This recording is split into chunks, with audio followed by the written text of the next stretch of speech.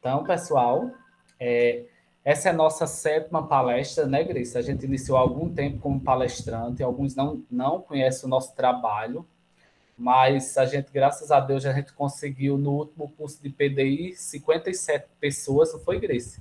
Então, Sim. como a procura foi muito grande, nós resolvemos abrir a turma 2. Então, contemplou mais 23 pessoas. Eu acredito que essa troca de experiência, essas questões culturais, ela agrega muito valor.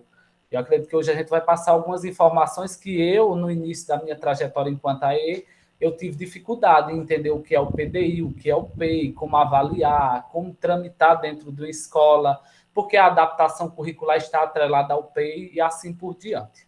Primeiramente, eu vou me apresentar.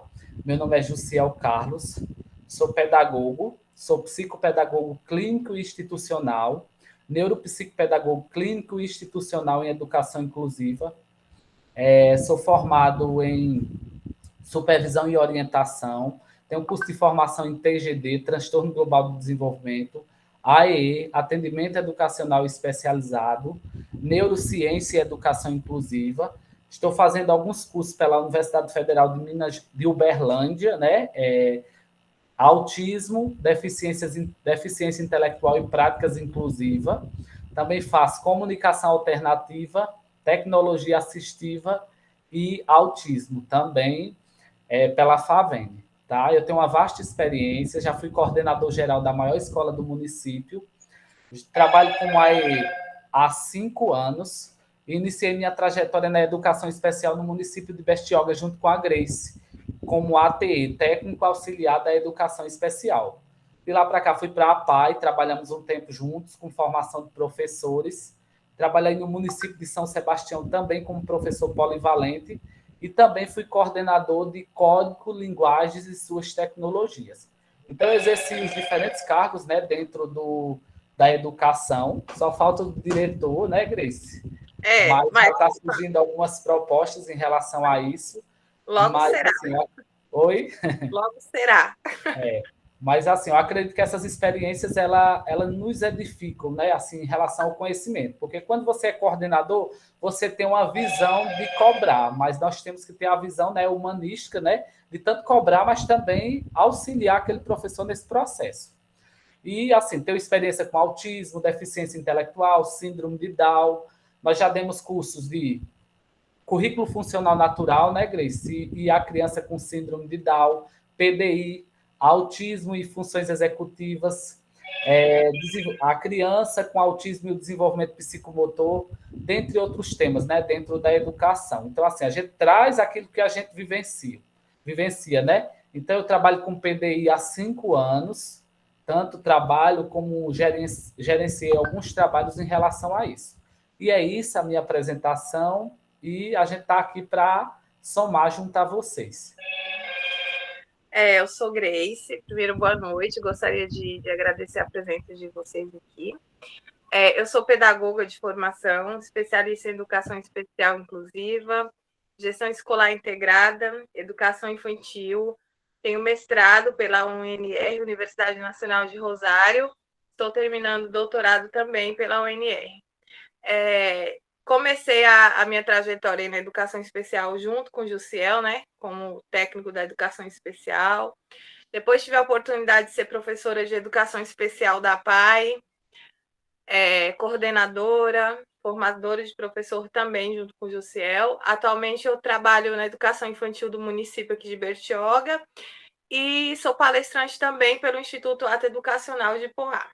Como o Jussiel disse, o que nos dá esse embasamento, né, Jussiel? Acredito que de vida também, essa nossa trajetória. Acredito que ter passado pelos diversos setores que fazem parte da educação especial em si, nos garante isso, essa facilidade de levar, de certo modo, essa vivência que nós tivemos, porque vamos ver adiante isso, que quando o profissional ele perpassa os diversos setores dentro da educação especial, fica mais fácil compreender e lidar com toda essa questão e essa diversidade que a educação especial requer, esse olhar crítico, observador e humano, principalmente. É um prazer tê-los conosco essa noite.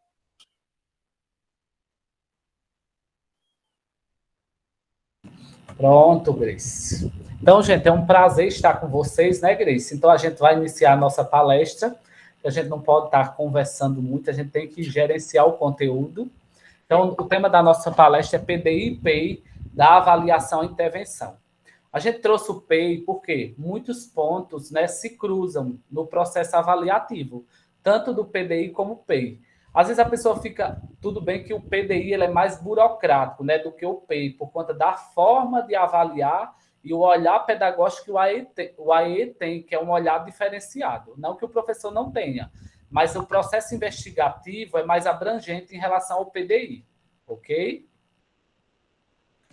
Então, a gente começa a nossa palestra com uma reflexão, né? Nós do AE estamos a todo momento, né, nesse pensar, né? E professores também da sala regular.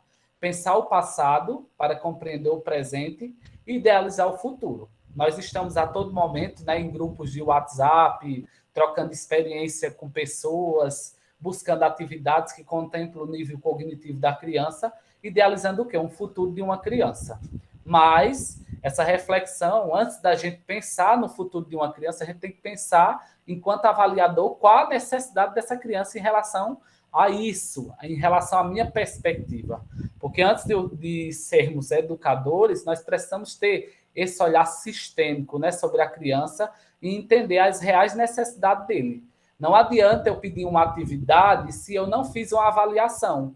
Ele não é alfabetizado. Mas onde essa criança parou? O que precisa ser iniciado assim? De que forma precisa ser iniciada essa intervenção? Por isso que a gente tem que saber como idealizar esse futuro. E o PDI, ele sistematiza essa idealização do futuro de maneira organizada, né? A partir de uma avaliação das funções cognitivas. Porque quando eu entendo as funções cognitivas e os déficits, né, ou dificuldade que essa criança apresenta, eu vou saber idealizar o futuro e de onde começar, né? A partir da ZDP, Zona de Desenvolvimento Proximal, o que essa criança sabe e o que é capaz de aprender a partir da mediação de um adulto.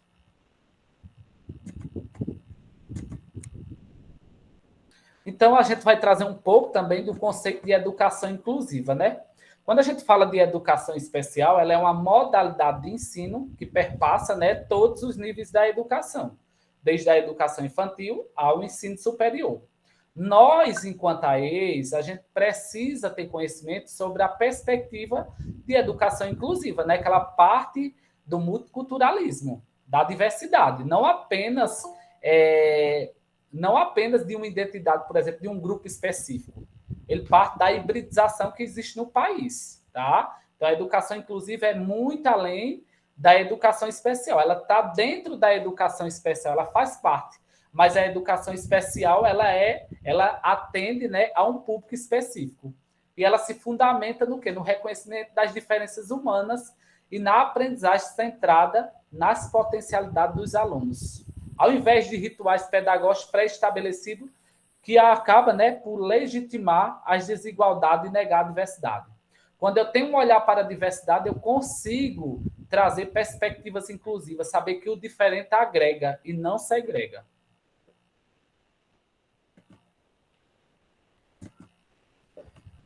Então, os professores, né, e as escolas hoje, elas não podem ter o mesmo olhar de antigamente, não pode ter um olhar igual para todos. A gente tem que perceber que, mesmo não tendo crianças com deficiência dentro de uma sala de aula, há necessidades de aprendizagem, né, diferentes, tempos de aprendizagem diferentes. E eu só preciso compreender como esse sujeito aprende, em que momento, qual o seu ritmo de aprendizagem, respeitar, mas intervir dentro dessa singularidade. Então, eu tenho que perceber os estilos, né, de aprendizagem, né, se ele é visual, se ele é tátil, se ele é sinestésico, para poder oferecer, né, estímulos adequados à necessidade de cada um.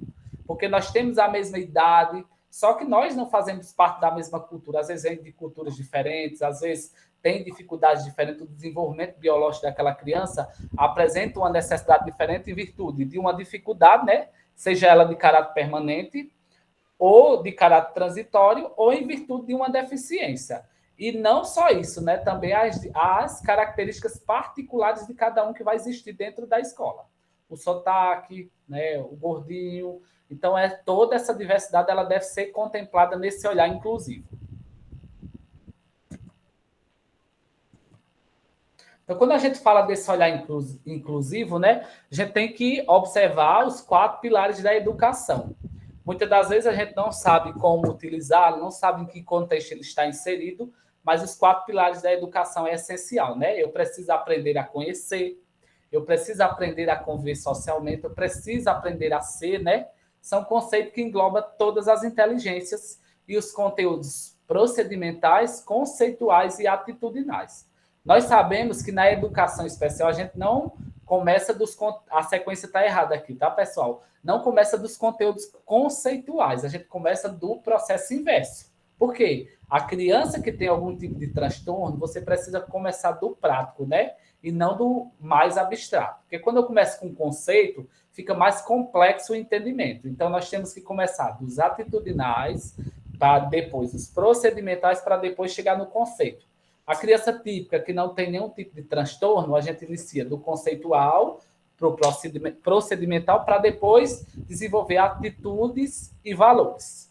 Então, ela deve fazer parte da nossa autorreflexão na prática, né?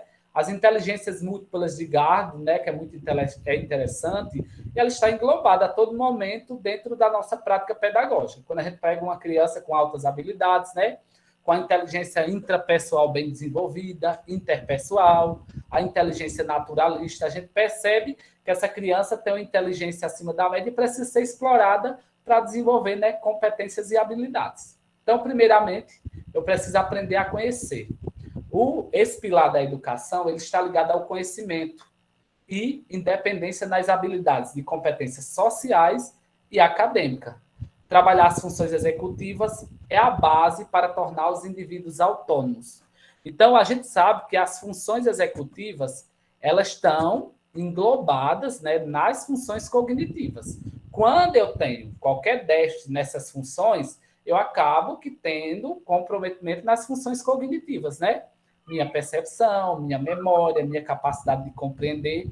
Por quê? As funções executivas ela está ligada em todo o contexto da nossa vida.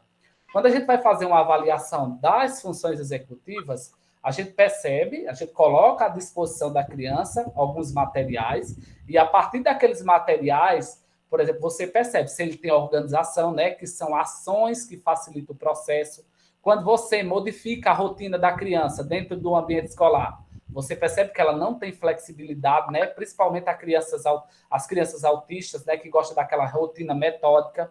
A seletividade alimentícia, você percebe também que não há flexibilidade nesse contexto. Por quê? Porque o próprio transtorno intrínseco à criança desenvolve essa resistência natural. Por isso que a gente precisa, mas são habilidades que nós, enquanto educadores, podemos treinar. Quando você coloca a criança em diferentes ambientes e ele vai ficando mais flexível, ele vai se tornando mais aberto a um novo conhecimento e as relações vão se estabelecendo e se estendendo conforme a necessidade humana. Por exemplo, eu tenho uma experiência muito significativa com autista, que eu trabalhei 3 anos com ele no município de Bertioga. Essa flexibilidade, essa falta de flexibilidade, essa falta de rotina, essa sensibilidade, essa seletividade alimentícia, essa sensibilidade auditiva era muito predominante. Mas se você trabalhar, colocar ele dentro de uma rotina que ofereça esses estímulos logo, lógico que tem que ser um estímulo direcionado, né, Grace? Porque assim, se você não direciona, sistematiza e não persiste, porque eu não consigo desenvolver qualquer tipo de metodologia com a criança autista ou com qualquer criança que tem algum tipo de deficiência sem ter a persistência do educador. Tem momentos que a gente demora mais ou menos em 1 a 2 horas com um comportamento inadequado. Então, se você dá, você reforça aquela ação e acaba prejudicando. Então, o aprender a conhecer está ligado às minhas relações interpessoais, né, no meio social, e às competências acadêmicas. E ela está intrínseca, né, está voltada para as funções executivas, que é a iniciação de tarefa, persistência no alvo, organização, planejamento, memória, né, memória de trabalho, memória de longo prazo. Então, por exemplo, eu também tenho que ter esse olhar. Então, o educador, ele tem que ter esse olhar abrangente em relação à criança para poder ajudar ele dentro da sua individualidade. Quer falar alguma coisa, Grace? Não, eu estou sorrindo, gente, porque o Jussiel me deu uma missão ontem e eu esqueci por completo. Aí hoje, 6 horas da manhã, quando eu acordei, o Jussiel me mandou uma mensagem: Grace, tua memória é de curto prazo, é? Eu ri tanto, mas tanto. É só isso. Só para descontrair mesmo. Então, essas competências acadêmicas, essas relações interpessoais, né, da relação com o outro, ela está ligada ao aprender a conhecer, a curiosidade, né? Para quê? Para que o indivíduo desenvolva competências e habilidades para não depender do outro, né? Como a gente também deu uma palestra sobre currículo funcional natural, né? Infelizmente, nós temos casos na educação especial que deve ser voltado para o currículo funcional, né, Grace? Porque, assim, tem crianças que você não consegue fazer, né? Mesmo você se dedicando, intervindo, você não consegue fazer com que ele seja alfabetizado. E acaba que a gente perde tanto tempo com a adaptação curricular, tentando fazer com que a criança seja inserida no currículo, mas não trabalha o essencial, a autonomia, né, dessa criança dentro do ambiente familiar, dentro do ambiente escolar, ter a autonomia para utilizar, né, comer sozinho, ir ao banheiro, se trocar. Então, são questões que causam o quê? Uma dependência, né, uma dependência da criança aos pais e não é algo tão significativo. E o currículo funcional ele traz essa perspectiva de autonomia, de independência, porque começa desde cedo pautado no quê? Nos anseios da família, né? Porque o currículo funcional ele não pode ser construído antes de ter esse diálogo entre escola e família. A gente tem o diálogo, mas a gente não investiga a casa. Vai trabalhando devagar. Calma, Dilma, eu vou trabalhando devagar. Perdão, viu? Dilma, vai trabalhando devagar, Josiel. Tá. Então, vamos lá. Então, quando a gente fala dessa questão do currículo funcional, é um currículo para a vida. Eu acho que ela tentou dizer em outro contexto que ela quis dizer. Acho que Foi, eu estava querendo devagar, é isso? O que você está falando em relação à criança, a gente vai ter que ir trabalhando devagar, não é isso? Exatamente. O professor. Exatamente, Edilma. É porque eu pensei que eu estava muito rápido. Não, mas realmente. Não, você está maravilhoso, estou achando ótimo. Continue. Obrigado. Então, por exemplo, a gente precisa ter esse olhar que a Dilma está falando em relação aos tempos de aprendizagem, né? Eu não vou chegar, vou estimular a criança, ela vai responder. Muitas das vezes, por exemplo, tem educador que... Os educadores típicos, né, das salas de aula regulares, eles querem estabelecer um objetivo de aprendizagem e a criança já dá a resposta. Eu fui orientar uma professora, mas como eu ensino se ele não responder a nada? Se eu estou estimulando a percepção visual, eu estou estimulando, não quer dizer que eu vá alcançar agora essa habilidade. Por exemplo, eu atendo uma menina há 3 anos com paralisia cerebral.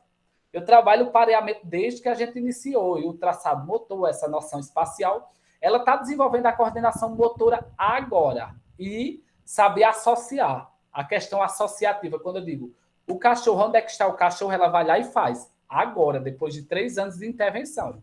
Tem casos que você ensina na mesma hora a criança está reproduzindo. Quando você pergunta no outro dia, ela traz satisfatoriamente aquele conhecimento de maneira sistematizada. Então, a gente tem que avaliar o nível 1, né? Que o DSM-5 e o CID-11, né? Ele traz essa nova classificação de autismo, nível 1, 2 e 3. Então, eu trago para os grupos de WhatsApp também, porque assim, é bem complicado a gente colocar leve, moderado e severo no grupo de WhatsApp com os pais sendo participantes. Então, eu coloco nível 1, 2 e 3. Então, os nível 1 são processos mais demorados. Em que a gente vai ter que repetir o conteúdo diversas vezes, mas não o mesmo conteúdo, em outras contextualizações para que ele desenvolva essa aprendizagem. Ok? Então, vamos continuar. Então, o aprender a conhecer, todo mundo entendeu, né? E o aprender a fazer, ele está ligado a dominar os conteúdos procedimentais, o saber fazer. É a capacidade de aplicar a teoria na prática. Então, por exemplo, eu trago a teoria do PDI, mas se eu não souber aplicar, eu não aprendi a fazer. Então, é isso que vocês estão buscando hoje. Entender essa questão teórica do PDI, mas a gente também vai trazer a prática. A gente vai ensinar vocês a aprender a fazer, né? ela está ligada também, olha para vocês verem, as funções executivas, que é a organização, que é a capacidade que eu tenho de realizar ações para facilitar a minha própria aprendizagem, né? O manejo do tempo, quanto tempo eu vou demorar para realizar determinada tarefa, e a atenção, o hiperfoco, né, em determinada temática, que é o tema que a gente está trabalhando hoje.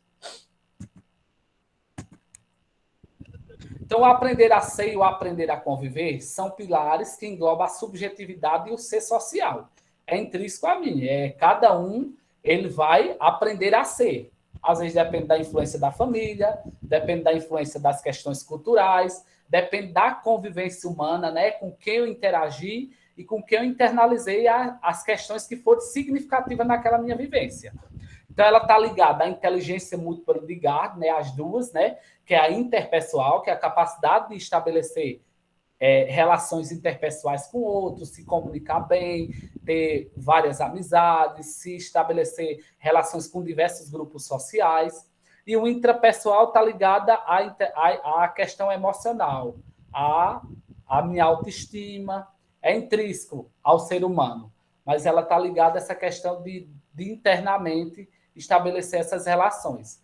E ela envolve a consciência de normas, valores e atitudes. Então, ele está ligado a essa questão cultural, a esse meio familiar, a cultura que eu vivenciei, por exemplo. Eu aprendi a ser e aprendi a conviver em culturas diferentes, né, que se divergem da minha. Eu sou natural da Paraíba, morei 12 anos em Bertioga, no litoral de São Paulo. Então, nessa convivência, eu aprendi, né, a fazer novos amigos, a controlar as minhas emoções. Então, eu adquiri normas, atitudes e valores em determinado contexto, né, de Bertioga, e trouxe essas normas para mim, porque eu interagi, internalizei aquilo que foi significativo e trouxe para a minha cultura, ok? Pessoal, se tiver alguma dúvida, a gente está aqui para esclarecer, ok? A gente dividiu essa palestra em duas, por quê? Porque a última turma que a gente montou foi 4 horas, não foi, Grace, a palestra? Então, a gente resolveu dividir em 2 encontros. Por isso e aí deixamos, né, Jussiel, essa primeira parte mais, um tanto até quanto teórica, mas teórica no sentido de vivência, que eu e Jussiel sempre prezamos isso, né? Trazer essa parte, obviamente, da teoria técnica, mas voltada para as nossas vivências, que eu acredito que é o que falta nas palestras, nos cursos, né? A aprender a fazer de fato. E a segunda parte nós vamos deixar mais prática, não é isso? Porque a outra ficou muito extensa, a gente acabou tendo que pular slide, ficar um tanto quanto acelerado, então achamos melhor dividir em 2 partes. Teve gente que pagou de novo o curso, não foi, Grace? Porque queria assistir novamente por conta que foi extenso. Mas, assim, a gente implementou algumas coisas que eu achei necessário, né? Porque eu tinha que trazer quem constrói esse PDI, não é? A gente trouxe a perspectiva de educação inclusiva, um pouco desse olhar das inteligências múltiplas de Gard, os 4 pilares da educação, e agora a gente traz esse aí, né, que é um profissional que ele tem que ter multiformações, ele tem que entender de funções executivas, análise do comportamento aplicado, método Pandovan, método TEACH, método Frontline, método Montessori. Então, a gente tem que estar... Eu acredito que a gente é um constante aprendiz, né, Grace? É só isso. Oi? É só isso. É só isso, e ainda muito mais. E assim, tem termos que a gente se depara, por exemplo, síndrome de Crin do chat, síndrome do X frágil. Né? Assim, eu acredito que a gente tem que estudar constantemente a temática, porque quando a gente para de estudar, aparece um aluno que tem uma necessidade diferente. Então, por exemplo, eu estou atendendo psicopedagogicamente e AE.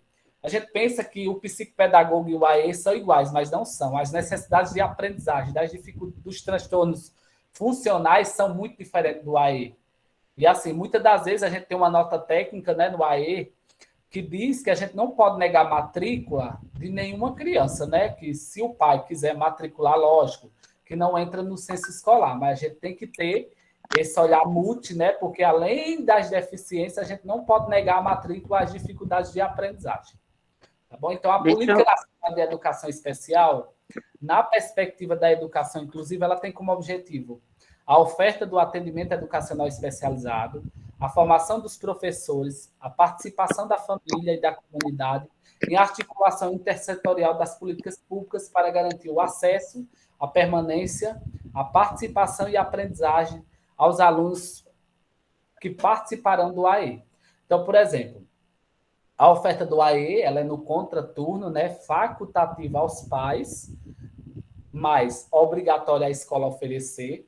A gente fala de formação de professores, eu estava até debatendo com o Grace, mas a maioria das secretarias de educação traz profissionais que nunca entraram numa sala de recurso, não tem nenhum tipo de experiência para nos dar formação, porque quem tem experiência, quando abre a boca, quem vivencia o AE, sabe que a pessoa não entende sobre a temática, né? A participação das famílias, porque eu preciso investigar com essas famílias quais as necessidades dessa criança, o que ocasionou essa deficiência. E quando a gente fala da comunidade, ela vai ter que estar articulada ao PPP, que a gente vai falar mais à frente, né? E a articulação com a equipe intersetorial das políticas públicas, a questão da saúde, né, da assistência social. Então, tudo isso são fatores que envolvem, né, a participação e a permanência desses alunos, né, dentro do ambiente escolar. A gente sabe que a depend... Oi, pode falar, Dilma. Eu não sei se eu estou adiantando, mas o AE, ele dá o diagnóstico ou ele já trabalha dentro do diagnóstico? Eu só quero dizer que eu não trabalho no AE, eu estou curiosa pelo assunto, para eu entender. Eu estou achando ótimo. Aí eu queria Obrigado. entender se ele faz um diagnóstico ou ele trabalha em cima já de um diagnóstico. Ele Ou do trabalha em... psicopedagogo, ou do neuro. Quem dá o diagnóstico é uma equipe multidisciplinar. O AE, ele trabalha com diagnósticos fechados, né? Quando não se tem um psicopedagogo na rede para realizar essa investigação, eu mesmo faço. Só que assim, eu procuro não me precipitar, né? Que a gente está lidando com seres humanos. Por exemplo, às vezes chega um caso que você sabe que não tem ninguém que atenda, que saiba fazer as avaliações, o AE ele pode fazer, ele não pode dar diagnóstico, mas ele pode levantar hipóteses, né? E encaminhar para profissionais habilitados para realizar esse diagnóstico, que é o neuro, o psiquiatra e uma equipe multidisciplinar, cada um dentro da sua área. Então, ele trabalha semelhante a um neuro e a um psicopedagogo. Isso, por exemplo, ele pode fazer esse trabalho também, tanto investigativo como análise como estímulo das funções cognitivas, né? Porque assim, a gente é muito confundido com o currículo, mas nós não somos currículo. A gente pode trabalhar o desenvolvimento da autonomia, pode trabalhar as funções cognitivas, lógico que agrega dentro da percepção, né, do desenvolvimento cognitivo. Porque se eu melhoro a minha atenção, automaticamente eu vou melhorar a minha aprendizagem dentro da sala de aula.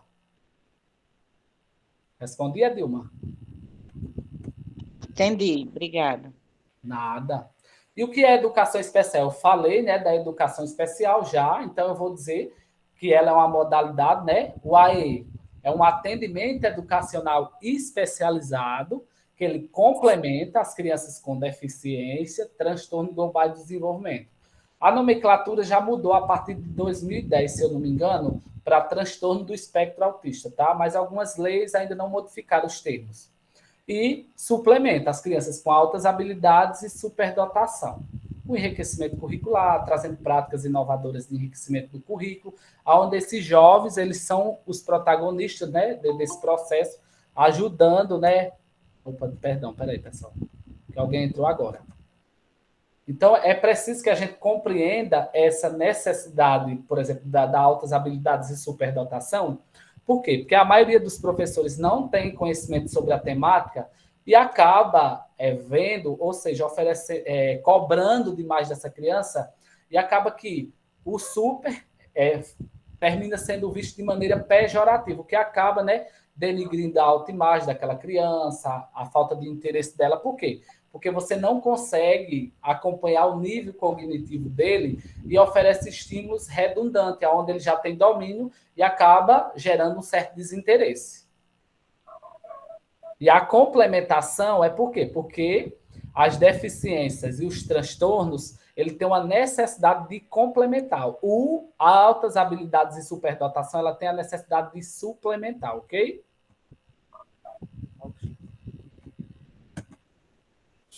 Como foi possível esse atendimento? A gente sabe que o atendimento educacional especializado ele não faz pouco tempo, né, em relação aos debates da temática. Mas quando a gente vai para o neuro, para outros profissionais multidisciplinar, o encaminhamento é apenas psicopedagógico.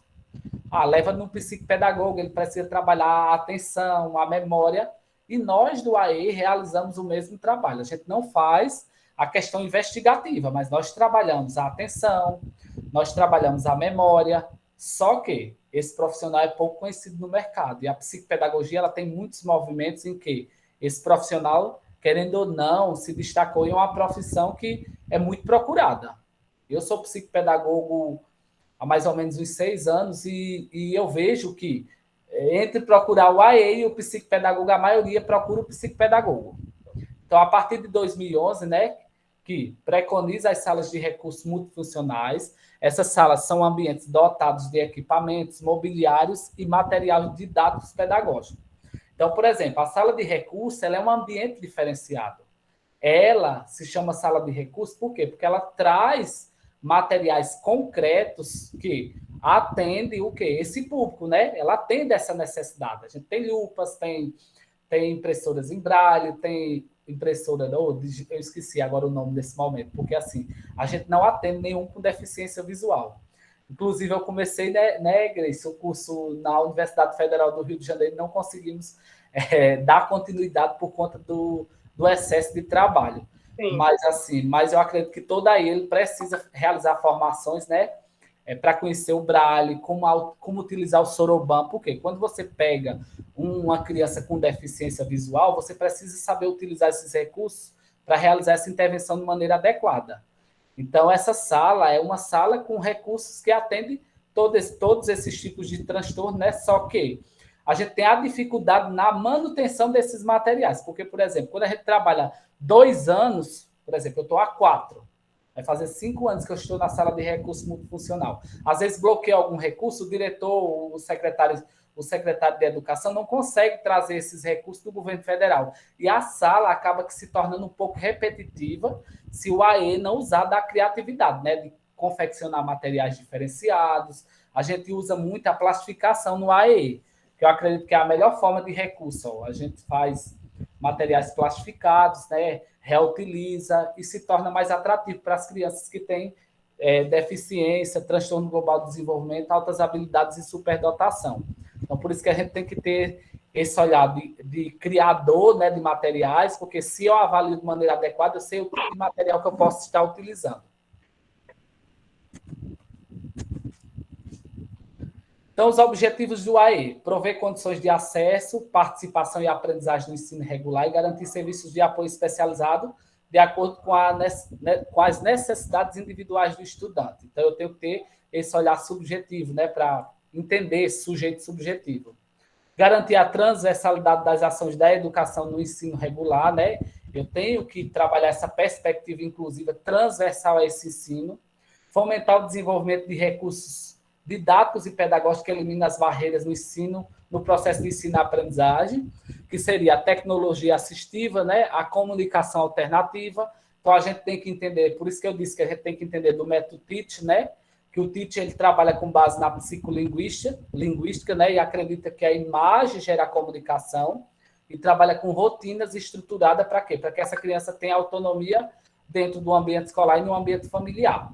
O método PECS, né, Cris, que a gente trouxe também uma formação sobre AE e comunicação alternativa, o método PECS, através de trocas de figuras, porque eu não estou aqui com o chaveirinho da comunicação alternativa, que a criança não tem comunicação, a gente acaba trabalhando essa comunicação a partir da troca de figuras.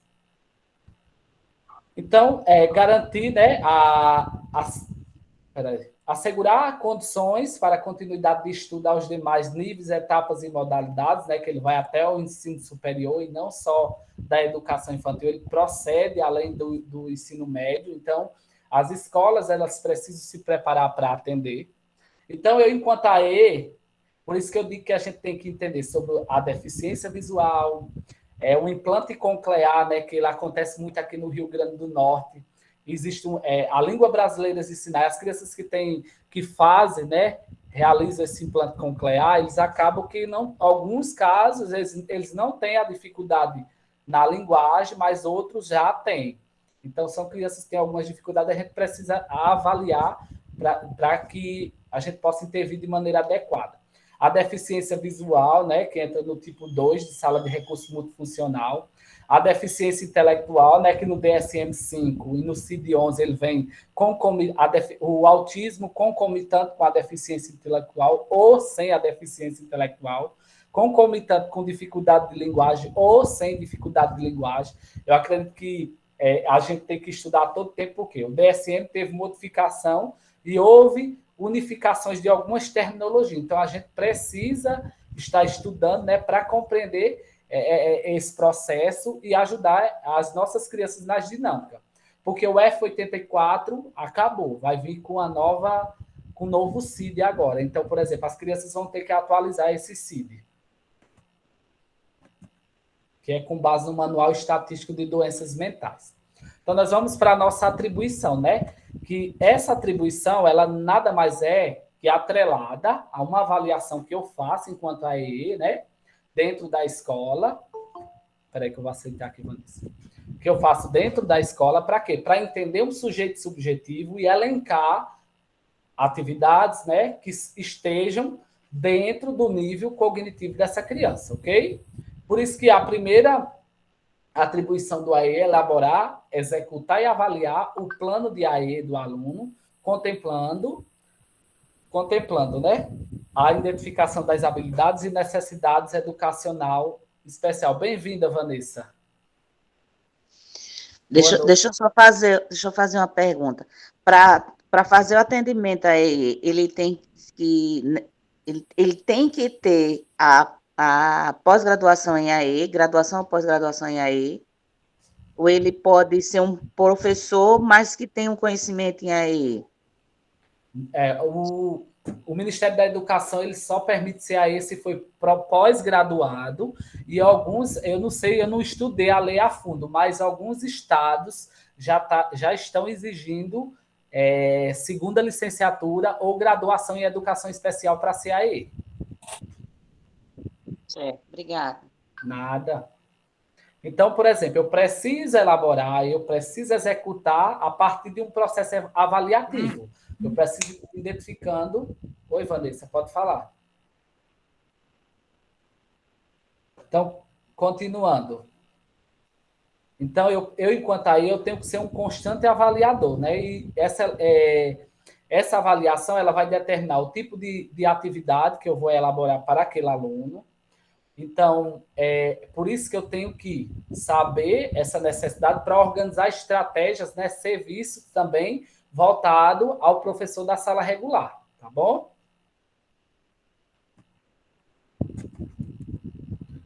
Na segunda atribuição do AE está implantar, acompanhar e avaliar a funcionalidade e aplicabilidade dos recursos pedagógicos de acessibilidade no AE, na sala de aula comum e demais ambientes escolares.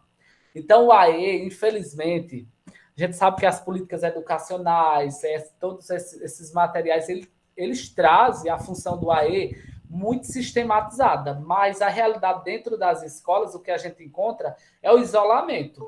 O AE, às vezes, planeja sozinho, não tem nenhum contato com o professor de sala regular, o AE não faz visita nas escolas que deveria fazer, o AE não troca experiência com o professor de sala regular e está dentro da sua atribuição, mas não tem a articulação da Secretaria de Educação, não tem a articulação do coordenador. Por quê? Porque muitas das vezes falta conhecimento para promover essa articulação. Porque o AE, ele está ali com aquela criança, lógico que depende de cada caso, 2, 3 vezes por semana. E ele sabe os estímulos que são funcionais ou não com ele. Porque ele fez uma avaliação sistematizada, ele sabe a necessidade, sabe a forma de organização que essa criança responde melhor a essa atividade.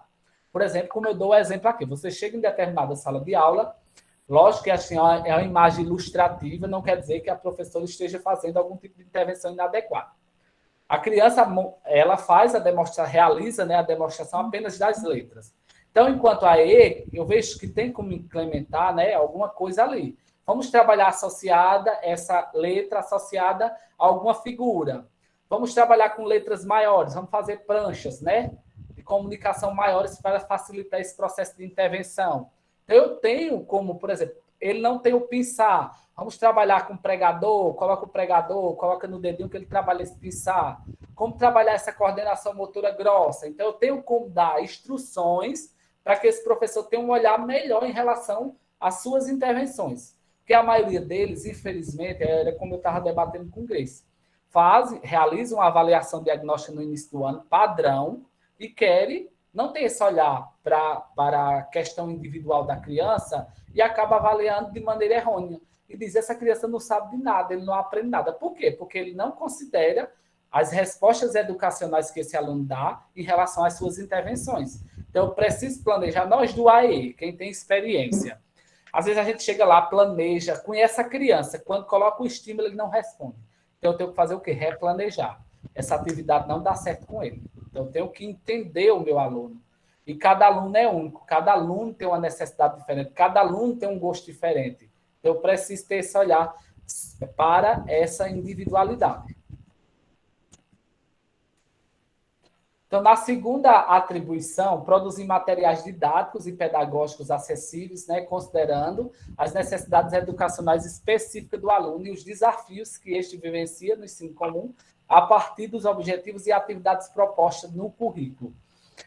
Então, o AE ele é um produtor, né, de atividades. Então, por exemplo, às vezes a criança não é verbal, ele tem que trabalhar a comunicação alternativa, não corta de maneira adequada. Ele tem que passar essas técnicas para o professor de sala regular. Lógico, é como eu estava debatendo com o Grace também, a questão do AE, por exemplo, eu atendo 22 crianças, eu não tenho como, em escolas diferentes. Se a gente não tiver um coordenador para promover essa articulação, dar esse apoio para esse professor de sala regular, e às vezes até para esse, né, que entram, como o meu caso, que eu entrei há mais ou menos 5 anos, vai fazer que eu atuo como AE, a gente tem muita dificuldade em compreender o AE. Por quê? Porque nas formações de ensino superior, a gente trabalha superficial. Eu precisei fazer vários cursos de aperfeiçoamento, participar de vários congressos, para compreender o que seria o AE.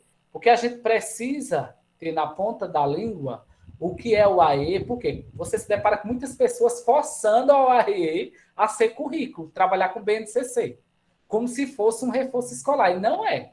O AE ele é complementar e suplementar, trabalhando as funções cognitivas, as funções sociais, as funções motoras, não necessariamente o currículo.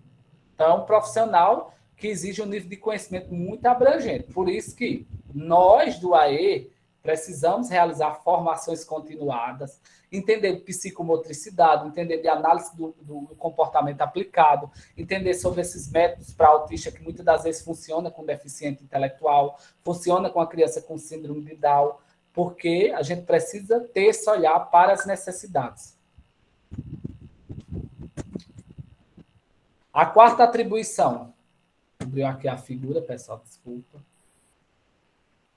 Então, a quarta atribuição do AE, né? Estabelecer articulação com os professores da sala de aula comum, visando a disponibilização dos serviços e recursos e o desenvolvimento de atividades para a participação e aprendizagem dos alunos nas atividades escolares. Então, quando a gente fala dessa questão aqui, o AE ele tem que ajudar nessa questão da adaptação curricular. Uma professora de português do 6º ano me procurou e ela estava trabalhando a questão dos verbos, né? Então, por exemplo, você trabalhar com o verbo, com uma criança que não é alfabetizada, não reconhece nenhuma letra, então, e trabalhar os contos, né? Então, a gente fez o quê? Lógico que não foi tão significativa, mas, querendo ou não, você inseriu ele dentro da proposta curricular. A gente pegou o pareamento dos verbos, né? E levamos para o lado prático. O que a criança está fazendo? Jogando. Qual é o verbo? Jogar. O que a criança ao lado está fazendo? Brincando. Qual é o verbo? Brincar. Então, para um lado mais concreto. E as histórias a gente criou a partir de pictogramas. A gente encontrou esse material que eu tenho na internet, que eu tenho no meu Drive, né? Que eu também sou fundador de 3 grupos, que eu nem falei no início, né, Grace? Sou fundador do grupo AE, AE Debates e Materiais, que eu fundei no início, quando eu iniciei minha trajetória como AE, por conta da minha própria dificuldade enquanto profissional, né, da falta de amparo nas escolas, da falta de parceria, de ter com quem tirar dúvida, eu acabei montando esse grupo para ter uma socialização mútua, né, dos profissionais e também me ajudar enquanto profissional, porque às vezes eu tenho uma dificuldade, o profissional sabe, às vezes ele tem, eu também sei, posso ajudar. Aí eu criei esses grupos, eu tenho 3 grupos, deficiência visual, que é administrado com a Almira, tem o AE 3.0, AE Debates e Materiais e AE Iniciantes. Então, nós temos mais ou menos 800 profissionais desses grupos, que a gente troca experiência, também disponibiliza algumas formações, né, em relação à temática. Poucas pessoas nos conhecem, né, Grace? Mas a gente já começou essa trajetória há muito tempo, desde o início da universidade, quando eu me formei, eu já iniciei minha trajetória como palestrante, mas a gente vai perdendo a timidez com o tempo.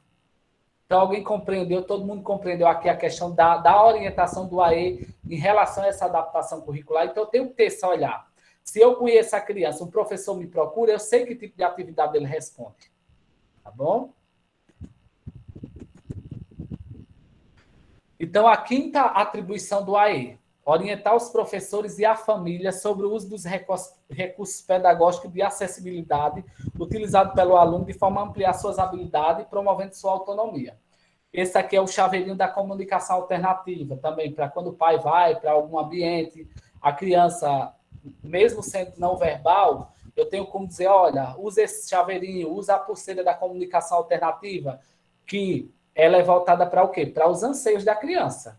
A criança tem uma necessidade fisiológica, né, de ir ao banheiro, então ela sabe, trabalhando essas questões na sala de recurso, orientando a família, ela consegue estar sistematizando esse procedimento e a criança tendo autonomia nesses momentos de necessidade dela. Esse aqui também foi um material que eu confeccionei com a Almira, né, que também é orientação no ambiente familiar e também pode ser utilizado na sala de recursos, nos momentos de necessidade. Por exemplo, xixi, cocô, quando a criança quer, aí ela aponta. E assim vai se trabalhando e se tornando automaticamente, né, na sua vida social, no ambiente familiar e também no ambiente escolar. Então, por isso que é importante a gente saber qual é a minha atribuição enquanto AE. Por quê? Porque é muito além apenas da intervenção na sala de recurso multifuncional. Eu preciso ter esse olhar multi e trabalhar em parceria com diversos setores, não apenas na sala. Mas, infelizmente, a maioria dos profissionais isola essa prática, as famílias também se isolam, né, e acaba não promovendo também essa conscientização. Quando eu assumi há 5 anos atrás, a gente precisou fazer uma conscientização social, né? Por quê? Porque a maioria da sociedade, eu acredito que as mães que têm, não todas, a gente não pode generalizar, que tem pouca instrução, elas aceitam melhor as nossas instruções do que quem tem um certo conhecimento, porque há uma certa resistência, procura estudar, começa a questionar demais e acaba que fragmentando as intervenções. É preciso se abrir, né, para essas temáticas, compreender, saber instruir, não impactar tanto os pais no momento do diagnóstico, porque chegam a ele apavora os pais. Você tem que agir de maneira natural. Eu já trabalhei, estava realizando uma intervenção e uma professora chegou e começou a chorar. Meu Deus, se você entrar numa sala de recursos com pena, com dó daquela criança, você não pode ter dó, você tem que ter um olhar avaliativo e dizer, eu vou ajudar com as minhas intervenções, né? E a gente vai olhar na psicologia, ela é muito bem, a transferência e a contra-transferência, lógico, que a gente tem... Mas na frente do pai e do seu? Na frente do pai. Acaba que não ajudando, né? Acaba que gerando uma questão sentimental que fragmenta o que você quer alcançar com aquela criança. Então, nos momentos de diagnóstico, assim, primeiramente, pelo menos na minha cidade, porque aqui não tem muitos psicopedagogos, não tem muitos AEs, todo diagnóstico que fecha, as mães me procuram. E assim, eu procuro incentivar, dizer que a gente vai trabalhar, as respostas demoram, não é do dia para a noite, mas a gente vai trabalhar junto para que a gente desenvolva o máximo de habilidade possível naquela criança. Mas é preciso saber dar essa notícia. Porque tem mães que dizem que vai levar você para a justiça se você não souber dar essa notícia, né? Porque realmente você chegar e dizer, olha, lógico que você não pode afirmar, você só pode dizer que a criança tem algo se tiver com um laudo em mãos. Você só cria hipótese, você não afirma nada. Entendeu? Porque às vezes você não tem um laudo. Essa criança tem TDAH. Você está rotulando a criança dentro do ambiente escolar, né? E também no ambiente familiar. Porque antes de rotular, você precisa investir. Rotular, não, você não pode rotular, né? Você precisa realizar essa investigação com essa equipe multidisciplinar, saber dar a notícia de maneira adequada para não impactar negativamente, né? Tem mães que entram até em depressão por conta que não foi preparado, não explicou o que era. Primeiramente, eu trago algum material para a mãe estudar um pouco também, para saber o que é, porque ela entendendo melhor, ela vai compreendendo que isso é característico do transtorno ou da deficiência. Na sexta atribuição, a ABNCC ela traz um pacto federativo, né? Que ela traz a igualdade, a equidade e a diversidade. E nós do AE, a gente não vai promover a igualdade, né? A igualdade é dar às pessoas as mesmas oportunidades. Lógico que tem que dar essas mesmas oportunidades, mas eu tenho que promover o quê? A equidade, né?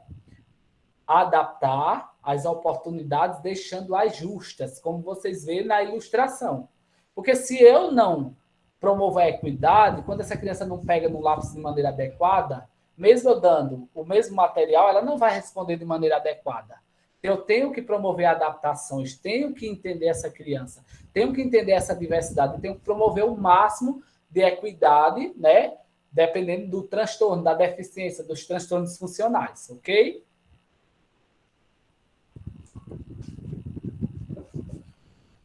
Então, quando a gente vai, eu até nem complementei, quando a gente vai preencher o censo escolar, né, Grace, dentro das escolas, quem preenche são os diretores. Só que os diretores, a maioria não tem o conhecimento do mínimo do que seria esses transtornos, essas deficiências.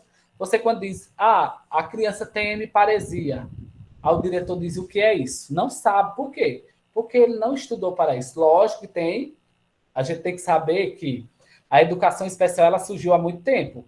Existe a diferença do professor capacitado, né, do professor especializado. Hoje não se qualifica quem não quer. Lógico que vocês pagaram esse curso, mas a gente tem muitas formações também gratuitas, né, Grace? Tem formações pelas universidades também gratuitas, mas eu acredito que essas formações com diferentes profissionais, ela vai edificando o nosso conhecimento. Eu participei de muitas formações também igual a essas, e ela agrega muito valor no nosso conhecimento. Então, quando a gente vai, a deficiência visual, por exemplo, a língua brasileira de sinais, por exemplo, a questão da mobilidade, a orientação, do Soroban, né, que já vem também coletado no censo escolar, as funções cognitivas, o desenvolvimento da autonomia, o enriquecimento curricular. Então, por exemplo, quando eu trabalho essas questões dentro da sala de recurso, eu tenho que saber amparar o que cada um vai determinar. Quando eu trabalho as funções cognitivas e essa criança tem respostas educacionais e você percebe que ela tem condições de ser alfabetizada, você trabalha com a adaptação curricular, com o PEI.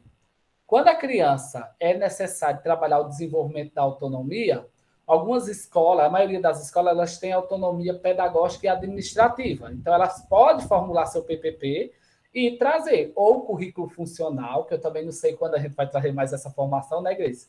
Que a gente só volta ano que vem com formação, porque a gente está com muita coisa para resolver, ou currículo funcional, ou trabalha com a adaptação curricular voltada para essa independência.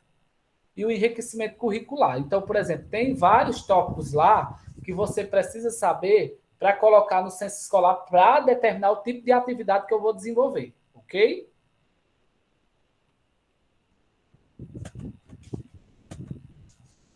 E as responsabilidades? Então, quando o aluno é matriculado em determinada turma, ele é associado a determinada prova e automaticamente determinado professor. Então, quando a gente pensa em um aluno que está em determinado ambiente escolar, todos são responsáveis pelo seu processo de aprendizagem.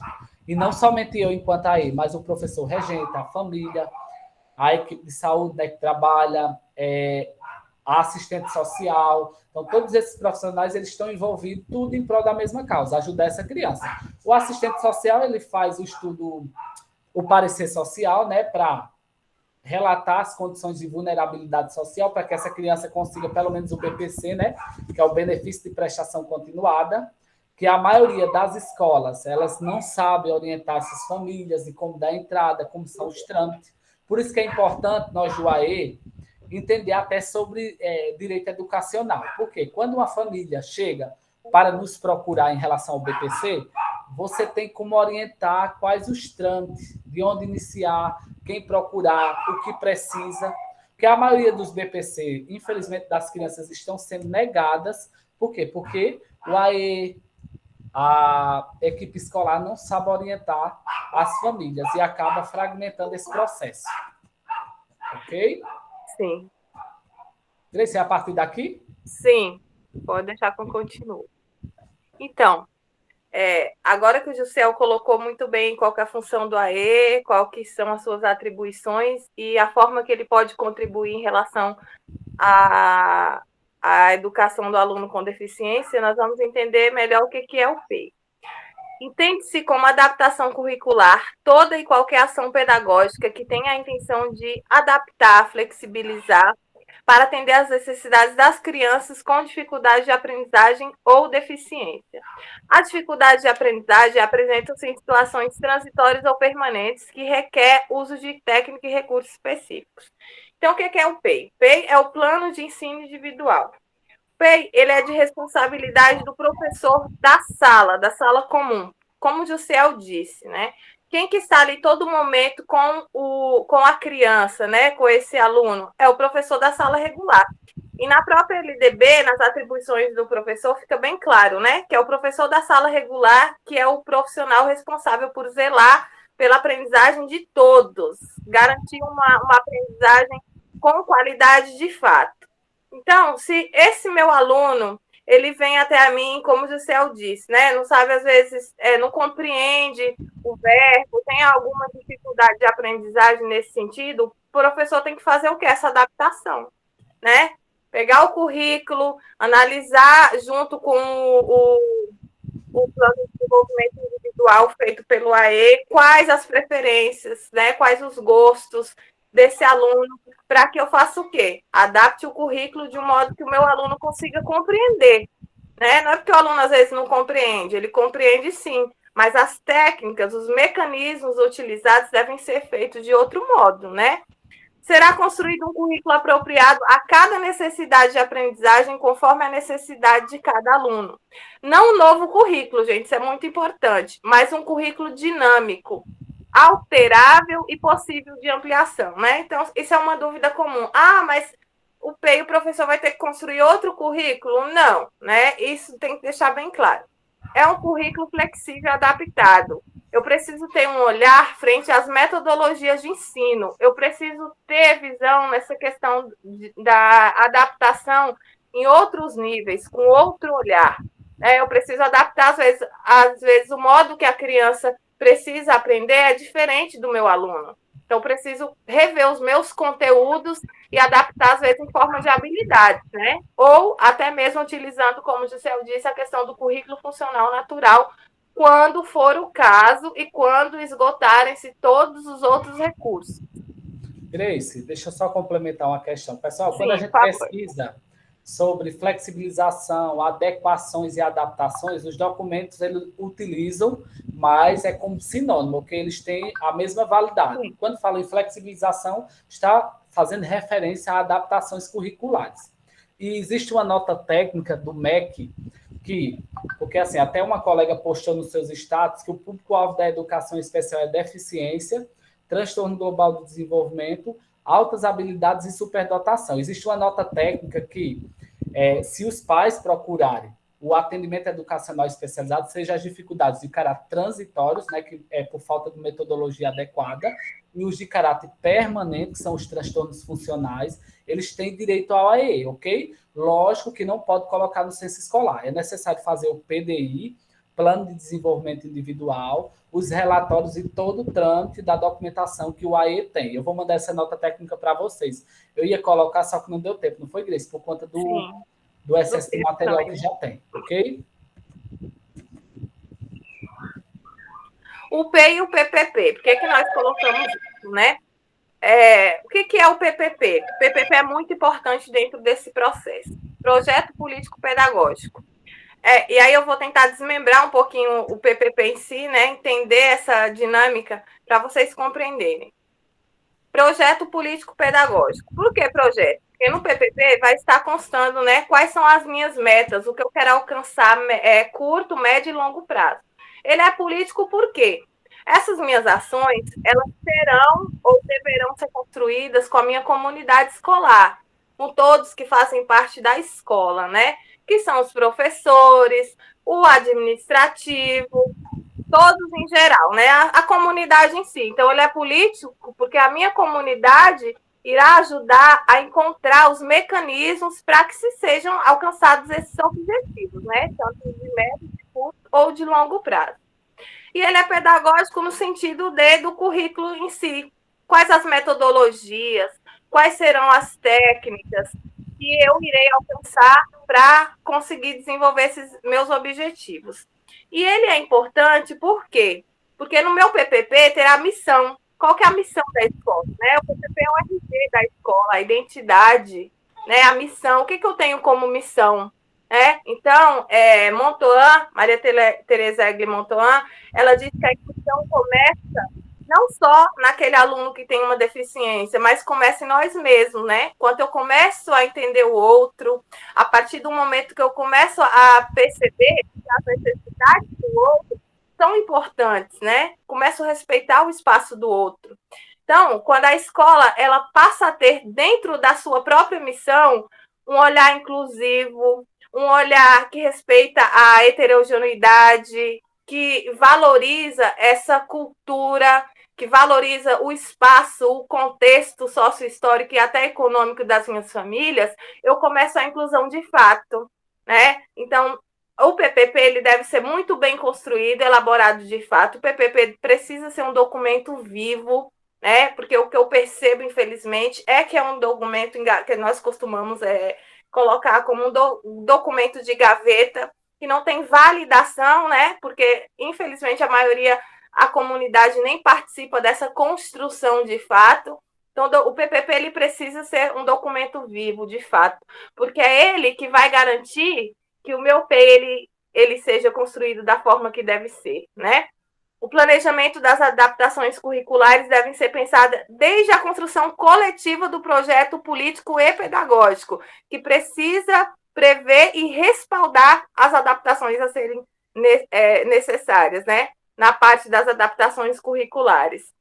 Currículo funcional natural, dinâmica de avaliação, tudo isso precisa estar no meu PPP, né? Quando eu percebo que analisei o público da minha escola, analisei os meus alunos, tive uma conversa com os professores, percebo que existem alunos que têm um grau de comprometimento cognitivo muito severo, né? Que as prioridades educacionais deles são outras, o que eu, enquanto profissional, preciso fazer? Me desprender do egoísmo, chamado egoísmo pedagógico. Né? Eu fico batendo numa tecla, não, mas ele precisa aprender isso. Não, mas todo mundo está aprendendo isso, ele precisa aprender. Isso é egoísmo pedagógico. Não é o que eu quero que ele aprenda, será que ele precisa de fato? Até que ponto isso é funcional? Né? Então, quando nós constamos isso no PPP, essa questão da flexibilização, das adaptações em vários níveis, inclusive com foco no currículo funcional natural, eu estou promovendo a equidade, eu estou promovendo essa missão de ser um ambiente, inclusive, de fato, desde a construção do meu projeto político e pedagógico. Quer acrescentar alguma coisa, Luceu? Sim, e assim, lembrando que a escola ela tem autonomia pedagógica e administrativa. Então, por exemplo, ela normatiza, né? Porque assim, nós temos o regimento e o PPP ele norteia essa prática. Então, eu vou normatizar essa prática, né? Porque, assim, se eu não conheço sobre currículo funcional, eu tenho que colocar no meu PPP, porque eu não posso exigir do professor se não estiver respaldada, né, e democratizada de maneira mútua para saber quais as reais necessidades desse estudante e se vai inserir o currículo funcional natural, a adaptação curricular e de que forma essas crianças vão ser avaliadas. Vai ser por relatório, vai ser por nota, vai ser por provas adaptadas ou não. Então, por isso que é importante o PPP. Às vezes a gente não sabe a importância, aí dá, né? Que acaba que a gente querendo cobrar algo de um professor e o PPP não está respaldado. Exatamente. A própria equipe gestora não compreende e não há como cobrar o que não foi debatido, né? Então, existem as adaptações em 3 níveis, né? Primeiro é o quê? A que está contida no projeto político-pedagógico, que é ajuste do currículo geral, organização do serviço de apoio, organização didática pedagógica dentro da sala de aula. Então, como nós vimos, o projeto político-pedagógico, ele é o RG da escola. Então, ali que está contido tudo, desde a parte curricular até os orçamentos de fato, né? O que eu vou precisar orçar para poder adquirir os materiais e outras questões a nível de acessibilidade arquitetônica em relação a isso, né? Então, ajuste do currículo. Segundo, no âmbito individual, o que seria isso? Levar em conta as dificuldades, fatores que interferem na aprendizagem, adaptação para os grupos, ações que não deram certo e precisam ser replanejadas, né? Então, olha como isso é importante. O que seria esse âmbito individual? Até comentei com o José antes. É ter esse cuidado de observar relatórios dos alunos, né? Passado, esse aluno já era nosso, observar relatórios dos professores anteriores, né? Porque às vezes eu começo o ano, faço uma avaliação ou não a faço, e fico trabalhando com o aluno uma habilidade que ele talvez até já tenha alcançado no ano anterior, né? Então, preciso entender qual a limitação, o que ele já alcançou, o que ele precisa alcançar, o que a família pensa e deseja em relação a esse aluno, o que necessita ser trabalhado de fato, né? Adaptar para que o aluno participe gradativamente. O que é isso? É oferecer e retirando os estímulos aos poucos. Montou uma fala dessa questão do abstrato, né? Eu começo o trabalho partindo do concreto, mas eu vou tirando gradativamente esse estímulo até que o aluno consiga desenvolver essa atividade ou essa habilidade sozinho, sem a necessidade do estímulo, que é tão importante ali no começo concreto, mas dependendo do grau de deficiência do aluno, ele vai conseguir se desprender aos poucos, gradativamente. Ofereço o estímulo e vou tirando, mas aí vai precisar o quê? Uma avaliação sistêmica, de uma conversa dessa troca com o professor da sala de recurso, para chegar nessa conclusão, né, de que esse aluno já está pronto para que seja retirado esse reforço. E o currículo, que seria o quê? A programação das atividades, organizações e procedimentos. Como programar essas atividades? De que forma inserir no currículo? Como inserir? O que eu vou precisar utilizar para que eu consiga mudar esse âmbito individual do aluno, para que eu consiga fazer a diferença na vida dele, na vida da família, para que ele seja inserido de fato, né, tanto dentro da comunidade escolar, quanto rompendo os muros da escola, que é o que é mais importante dentro da educação especial, às vezes, né? Que o aluno, ele ultrapasse essa educação, transcenda os muros escolares, e que seja uma educação funcional de fato para a vida.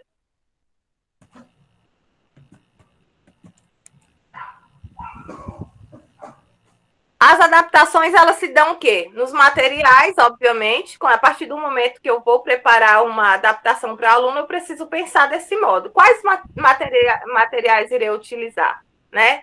Quais os meus objetivos?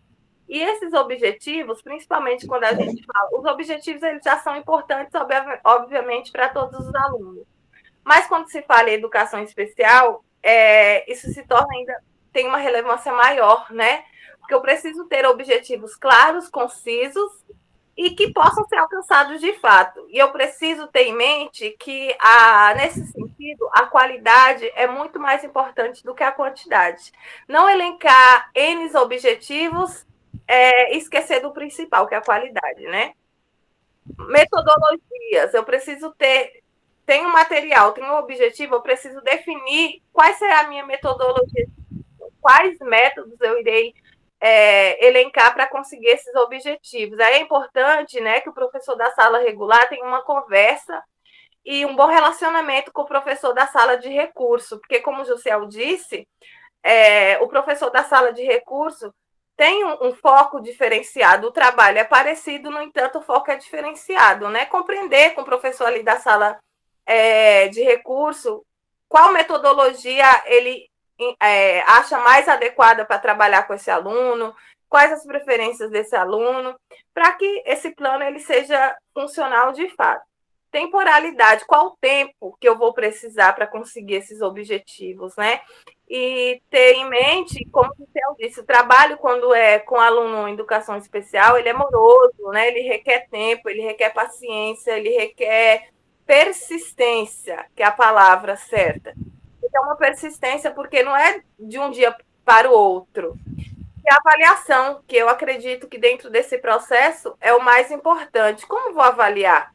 Porque às vezes não é que ele não atingiu o objetivo, às vezes você só fez uma avaliação de uma forma errônea, né?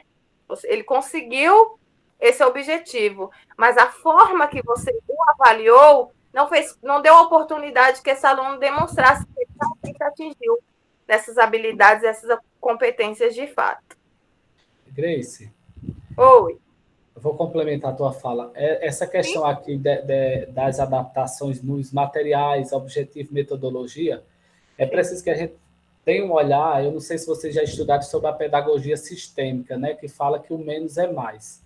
Não adianta quantidade, e sim a qualidade que esses estímulos são propiciados.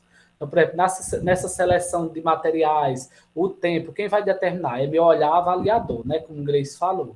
Se eu tenho uma boa perspectiva avaliadora, eu acabo sabendo o tempo, acabo sabendo o tipo de metodologia, os objetivos que eu vou delimitar e quais os materiais eu vou utilizar. Porque se eu não sei avaliar, eu não sei que tipo de atividade eu vou selecionar para aquele aluno. Por isso que ela acontece naqueles 3 níveis que vocês viram. É preciso ter esse olhar sistêmico para a individualidade, lembrando que cada ser humano é único. Não é porque a autista está no nível 1 que a necessidade é igual, não é. Eu atendo autistas aqui, por exemplo, que tem síndrome de Asperger. Um ama matemática, o outro odeia. Então, percebe-se que a necessidade subjetiva ela vai ser delimitada a partir da minha avaliação. As adaptações significativas de grande porte. Isso é muito importante, por quê? Por isso que nós colocamos o PPP logo ali de início, porque essas adaptações de grande porte, ela vai depender do sistema, né, das diretorias de ensino, foge da alçada do professor, né? São decisões de natureza política, administrativa, financeira e burocrática. O planejamento e execução são de responsabilidade de instâncias políticas administrativas superiores, formações continuadas, acessibilidade, mobiliários e equipamentos. Por isso a importância ali, né, de se construir um PPP político de fato, porque essa questão do suporte de grande porte vai depender também da minha equipe financeira. O que eu tenho em relação a verbas, né? Os imobiliários, a questão da acessibilidade arquitetônica, da própria formação continuada, que nós sabemos que para lidar com criança com deficiência, que as especificidades são grandes, a demanda é enorme, o professor precisa de uma formação, né? O professor precisa saber lidar com esse público. E quem que busca essas formações continuadas? É o professor da sala regular, o professor de AE? Não, vai depender o quê? Da gestão, vai depender das diretorias de ensino, vai demandar algo ali que está além das atribuições do professor. A direção escolar ela tem uma grande importância no planejamento e na implementação das adaptações significativas ou de grande porte, né? Porque permite e prover suporte administrativo de modo a flexibilizar o currículo para atender à diversidade. Adotar propostas curriculares diversificadas, flexibilizar a organização e funcionamento da escola de modo a atender à diversidade.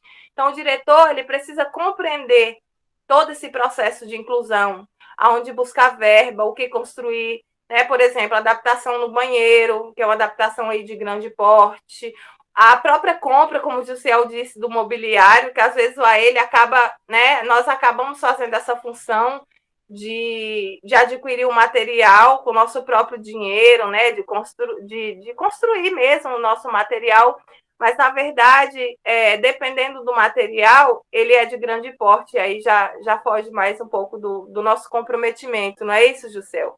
Na própria flexibilização do currículo, o professor não tem autonomia, o professor tem autonomia em relação ao PEI, né? Pode adaptar conforme o que está previsto nas leis, dentro do próprio PPP, mas ele não tem autonomia pedagógica para definir qual currículo trabalhar.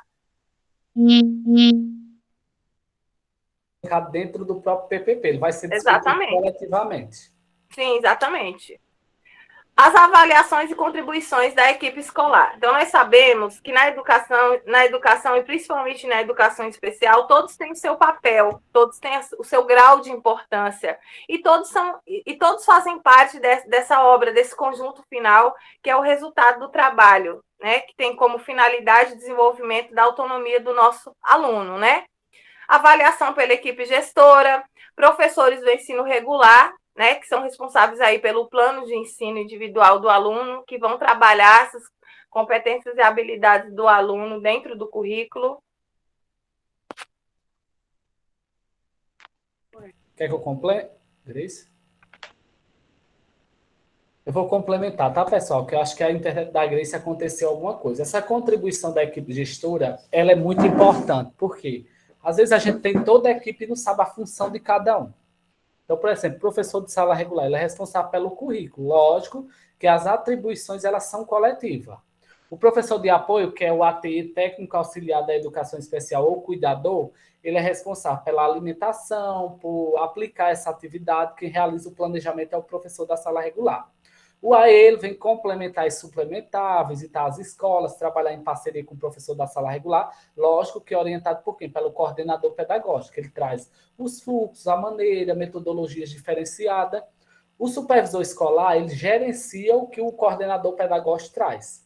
Só que quando a gente parte para as atribuições coletivas com relação à educação especial, as atribuições só vai para o AE. Elas se isolam. Pode falar, Zeni.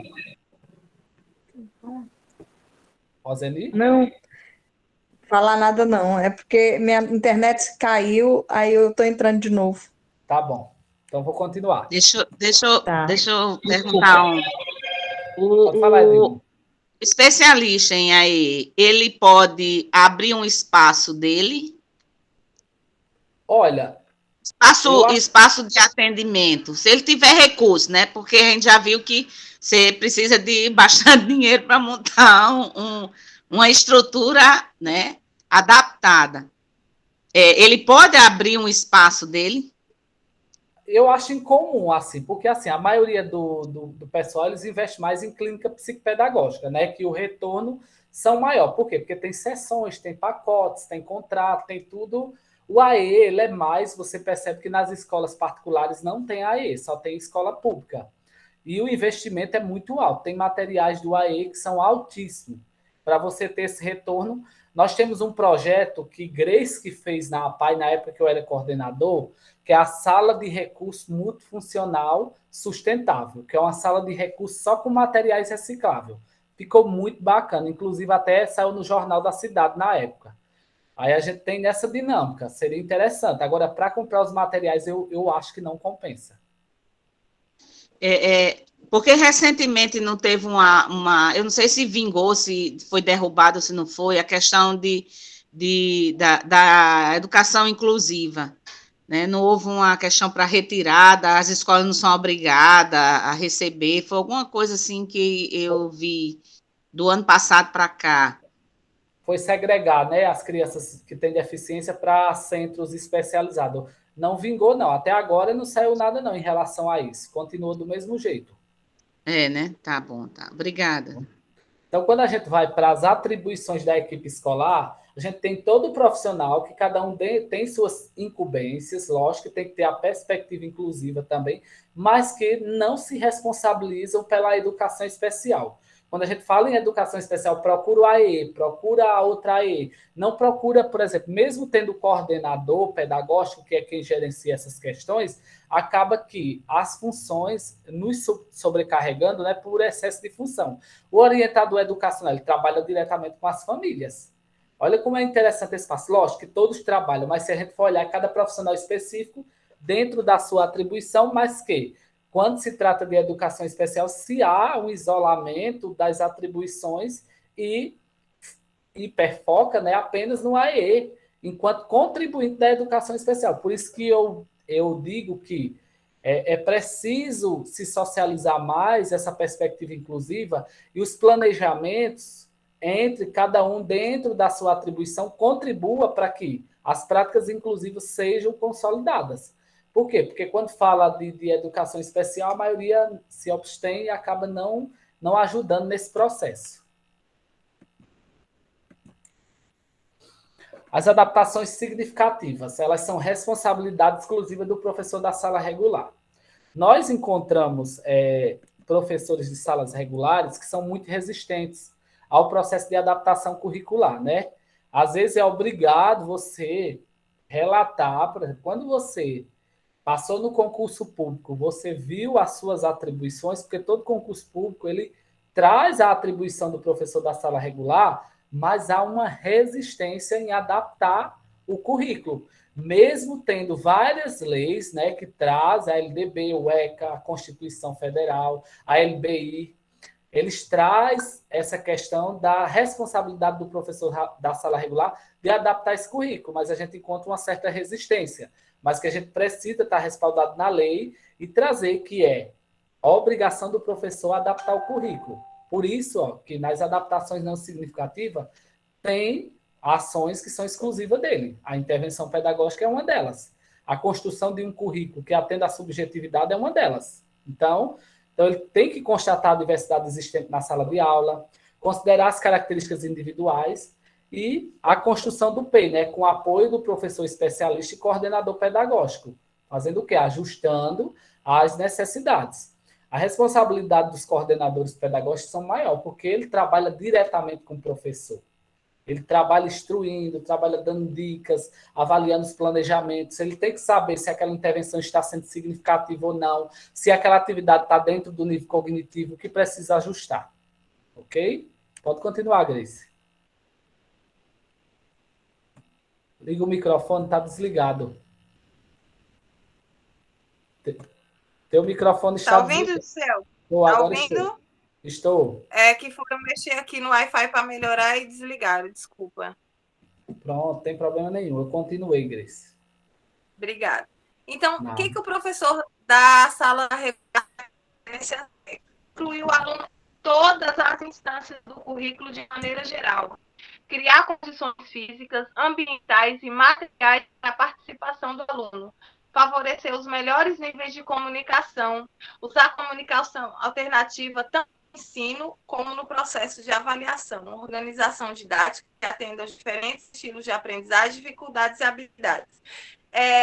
Eu falo agora, enquanto professor de sala regular, que eu já tive, digamos que atrito, né, com outros professores em relação a isso, porque eu já vi muito aluno ser tirado da sala de aula com deficiência por conta que o professor ia alguma atividade e esse aluno retirado ter estereotipias, né, que são tão comuns em alunos com autismo, e esse aluno simplesmente ser retirado da sala para fazer uma outra coisa, ficar andando no parque, né, ficar na sala de recurso fazendo alguma coisa sem direcionamento, sendo que é uma atribuição do professor da sala regular envolver todos nas atividades, né, de maneira geral. O professor da sala regular, ele não é responsável só por um aluno, ele tem que zelar pela aprendizagem de todos, e ele tem que garantir e favorecer meios de aprendizagem para que esses alunos evoluam, né? As leis, elas são bem claras. Não está especificando o aluno dito normal, são todos os alunos. O professor ele precisa prover esses meios. Obviamente que o professor de educação específica deve orientar, como o Jussiel colocou ali nas atribuições do próprio AE, uma das atribuições do AE é fazer essa transversalidade, né? Essa transversalidade, sentindo que esse aluno ele tem uma participação efetiva na sala regular. Obviamente, com auxílio também o quê? Dos coordenadores, dos supervisores, porque às vezes um AE para 2 escolas, pelo menos aqui no município de Bertioga, um AE para 2, 3 escolas, não vai conseguir, às vezes, orientar da forma que deveria 30, 40, 50 professores. Então, é preciso que todos que fazem parte ali do contexto escolar, né, principalmente a gestão, os supervisores, os coordenadores, eles estejam cientes do seu papel frente à inclusão, A escola precisa ser inclusiva de fato. E como ser inclusiva de fato? Fazendo essas formações, compreendendo o processo. Quando eu não compreendo, qual que o ser humano, quando não compreende algo, ele foge, né? Ele fica com receio, então ele faz essa questão de fugir. Né? Então, o diretor, o coordenador precisa ofertar essas formações para os professores através dos recursos que tem na SEDUC, né? Pedindo verbas para que isso aconteça. Ou ele próprio, né? Quando ele compreende, ele consegue fazer essa formação. Porque o aluno ele precisa participar das atividades de forma efetiva.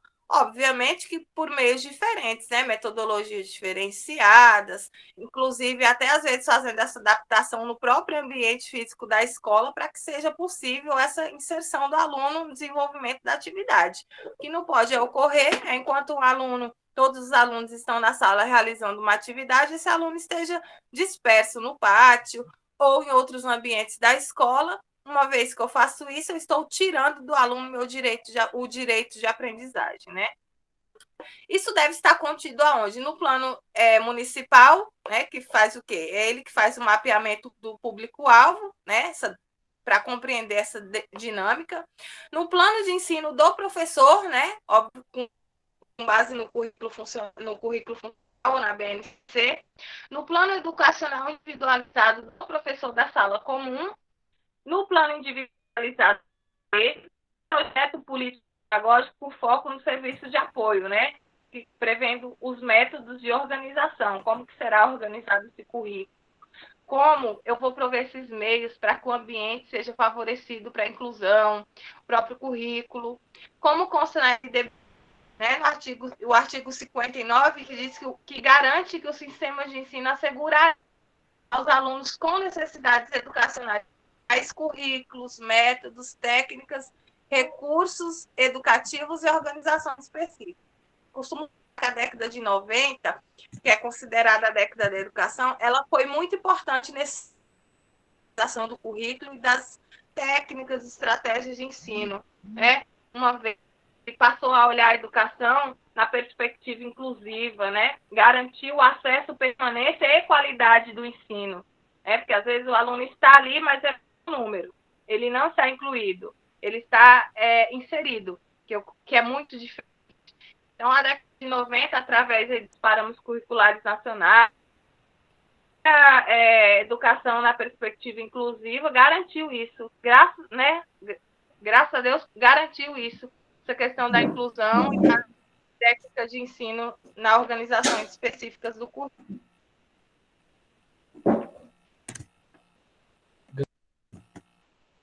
Grace? Oi, pode passar. Quer complementar? Eu vou dar uma complementada aqui, tá? Tá, por favor. Tá me ouvindo?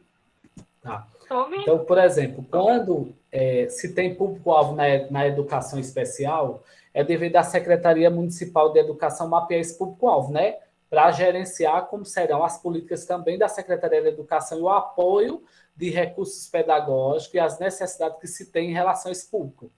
Como Grace falou, essa questão, por exemplo, no plano educacional individualizado da sala regular, só fazer essa ponta, Grace, que o professor da sala regular ele faz a avaliação das funções cognitivas, motoras e sociais e elenca o tipo de conteúdo que ele vai trabalhar com base na BNCC.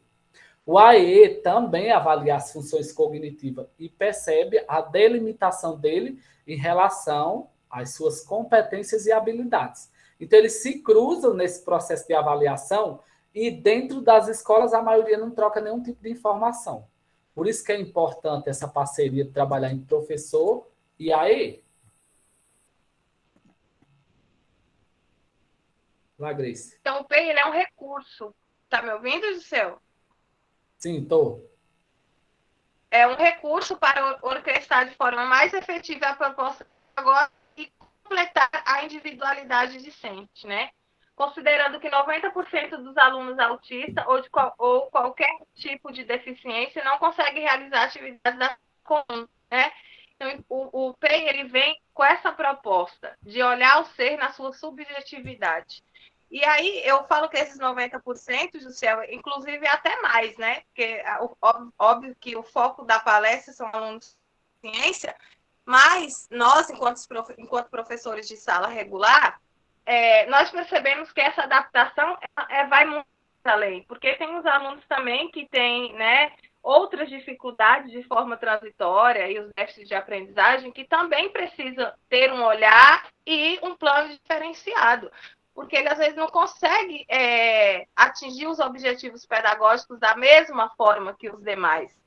Então, o professor precisa ter esse cuidado de adaptar, né, de oferecer instrumentos, meios e técnicas para que esse aluno consiga ter um desenvolvimento satisfatório como os demais, embora de outras formas.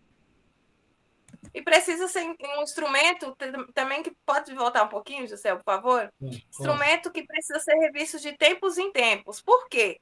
Às vezes eu já trabalhei aquela determinada função, né, enquanto professor da sala regular, com o auxílio do AE, e eu não faço essa avaliação, né? A minha avaliação ela não é contínua, ela é pontual. Então ela precisa ser contínua, porque talvez eu estou trabalhando determinado objetivo que o meu aluno até já alcançou, né? Então eu preciso parar, reavaliar, analisar se aquele objetivo já foi alcançado ou se ainda é importante, porque os objetivos mudam, né? Tudo é muito dinâmico e complexo. Talvez um objetivo que você traçou há 3, 4 meses não é mais importante dentro daquele momento, daquela contextualização, ou o aluno, inclusive, até já alcançou. Está em metas que sejam de curto, médio e longo prazo, para depois elaborar um programa de avaliação com início e término, né? Por quê? Se eu não tenho esse cuidado na avaliação, como que eu vou saber se um aluno evoluiu? Como que eu vou saber se eu preciso mudar a minha técnica de ensino? Se eu preciso ter os meus métodos, os objetivos, né? Modificar o passo. Então, é preciso estabelecer.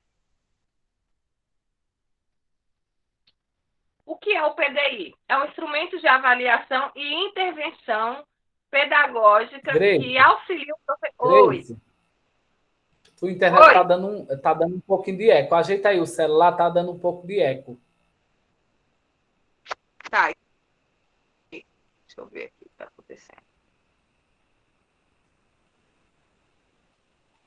Agora, fala para ver. Tá melhorou agora? Sim, melhorou. Então, pontos que se cruzam no PDI e no PEI. Como o Gisele colocou, na verdade, um complementa o outro. O PEI, ele é pedagógico. Travou, Grace. Grace, enquanto a internet volta, tá cortando direto. Mas tá bom aqui o sinal, deixa eu mudar. Oi. Ei, eu vou dar continuidade. O teu tá cortando. Enquanto tua internet volta, eu dou continuidade, tá bom? Tá. Aí.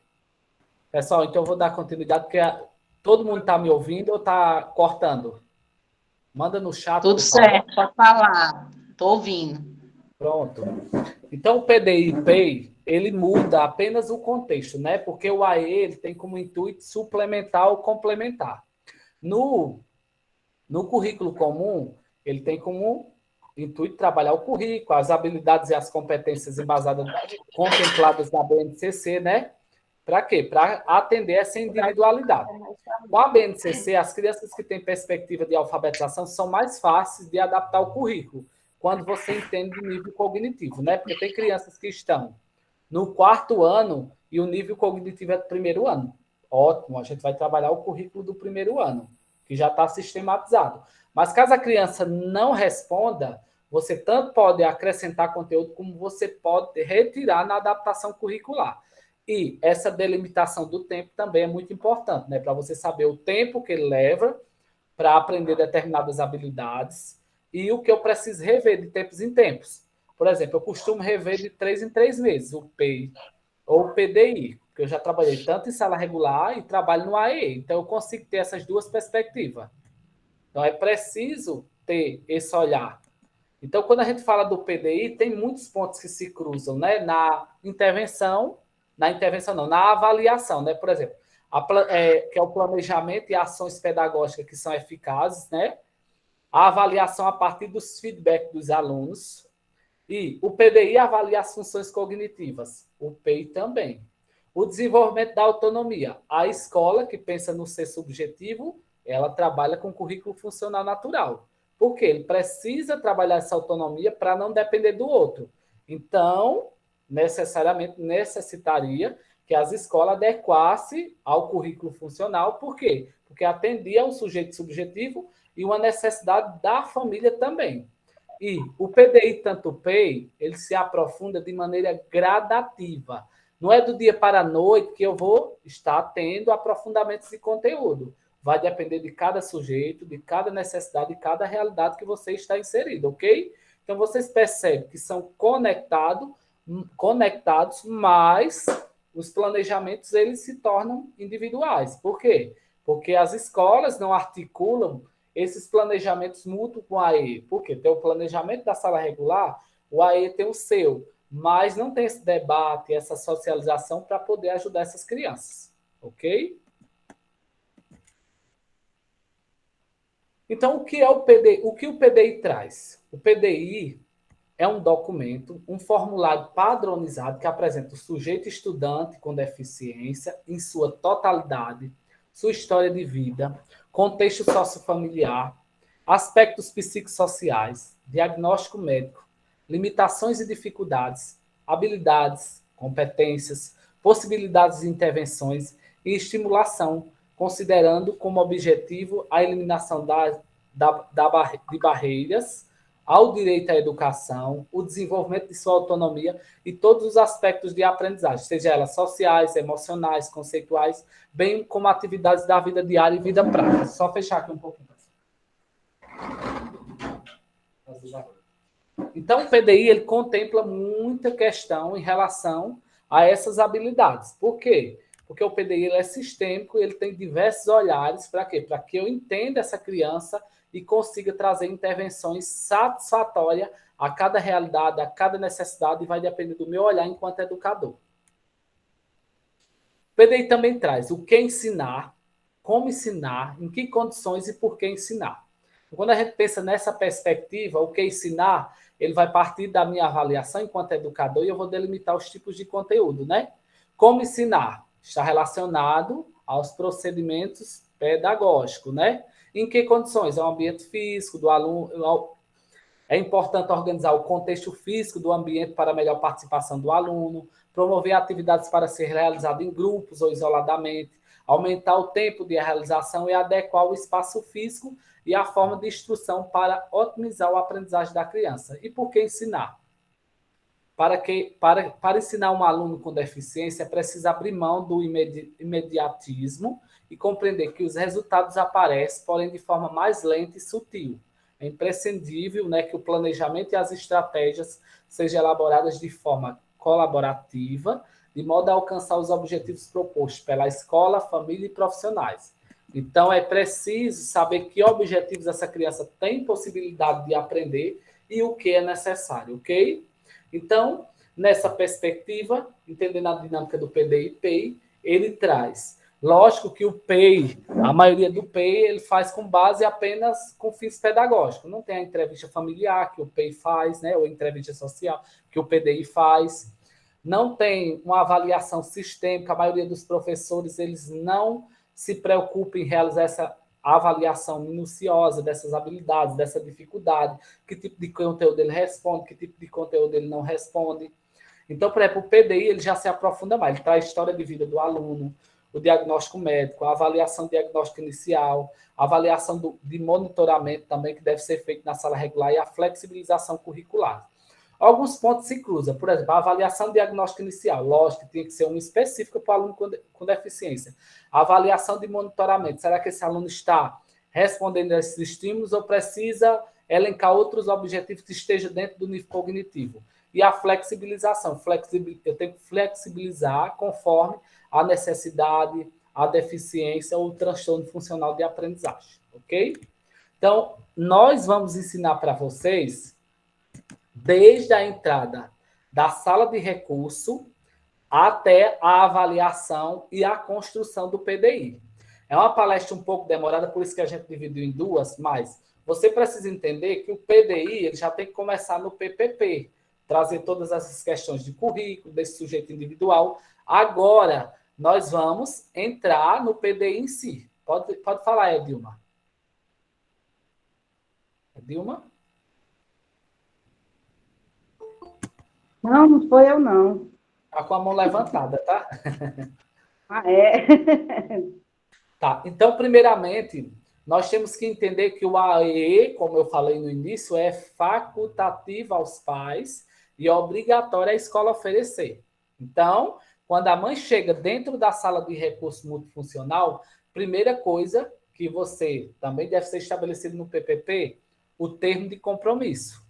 Por que tem que assinar esse termo de compromisso? Porque ela vai se comprometer em trazer o filho nos horários combinados com a AE, ok? Então, se ela não traz nos horários combinados, ela pode perder a vaga. Então, no próprio PPP, ela pode delimitar os critérios da retirada do aluno do atendimento, caso ele não participe para dar a vaga a outro. Por quê? Porque a gente encontra muitas famílias que matriculam e não levam, e ocupa a vaga que seria de outra criança.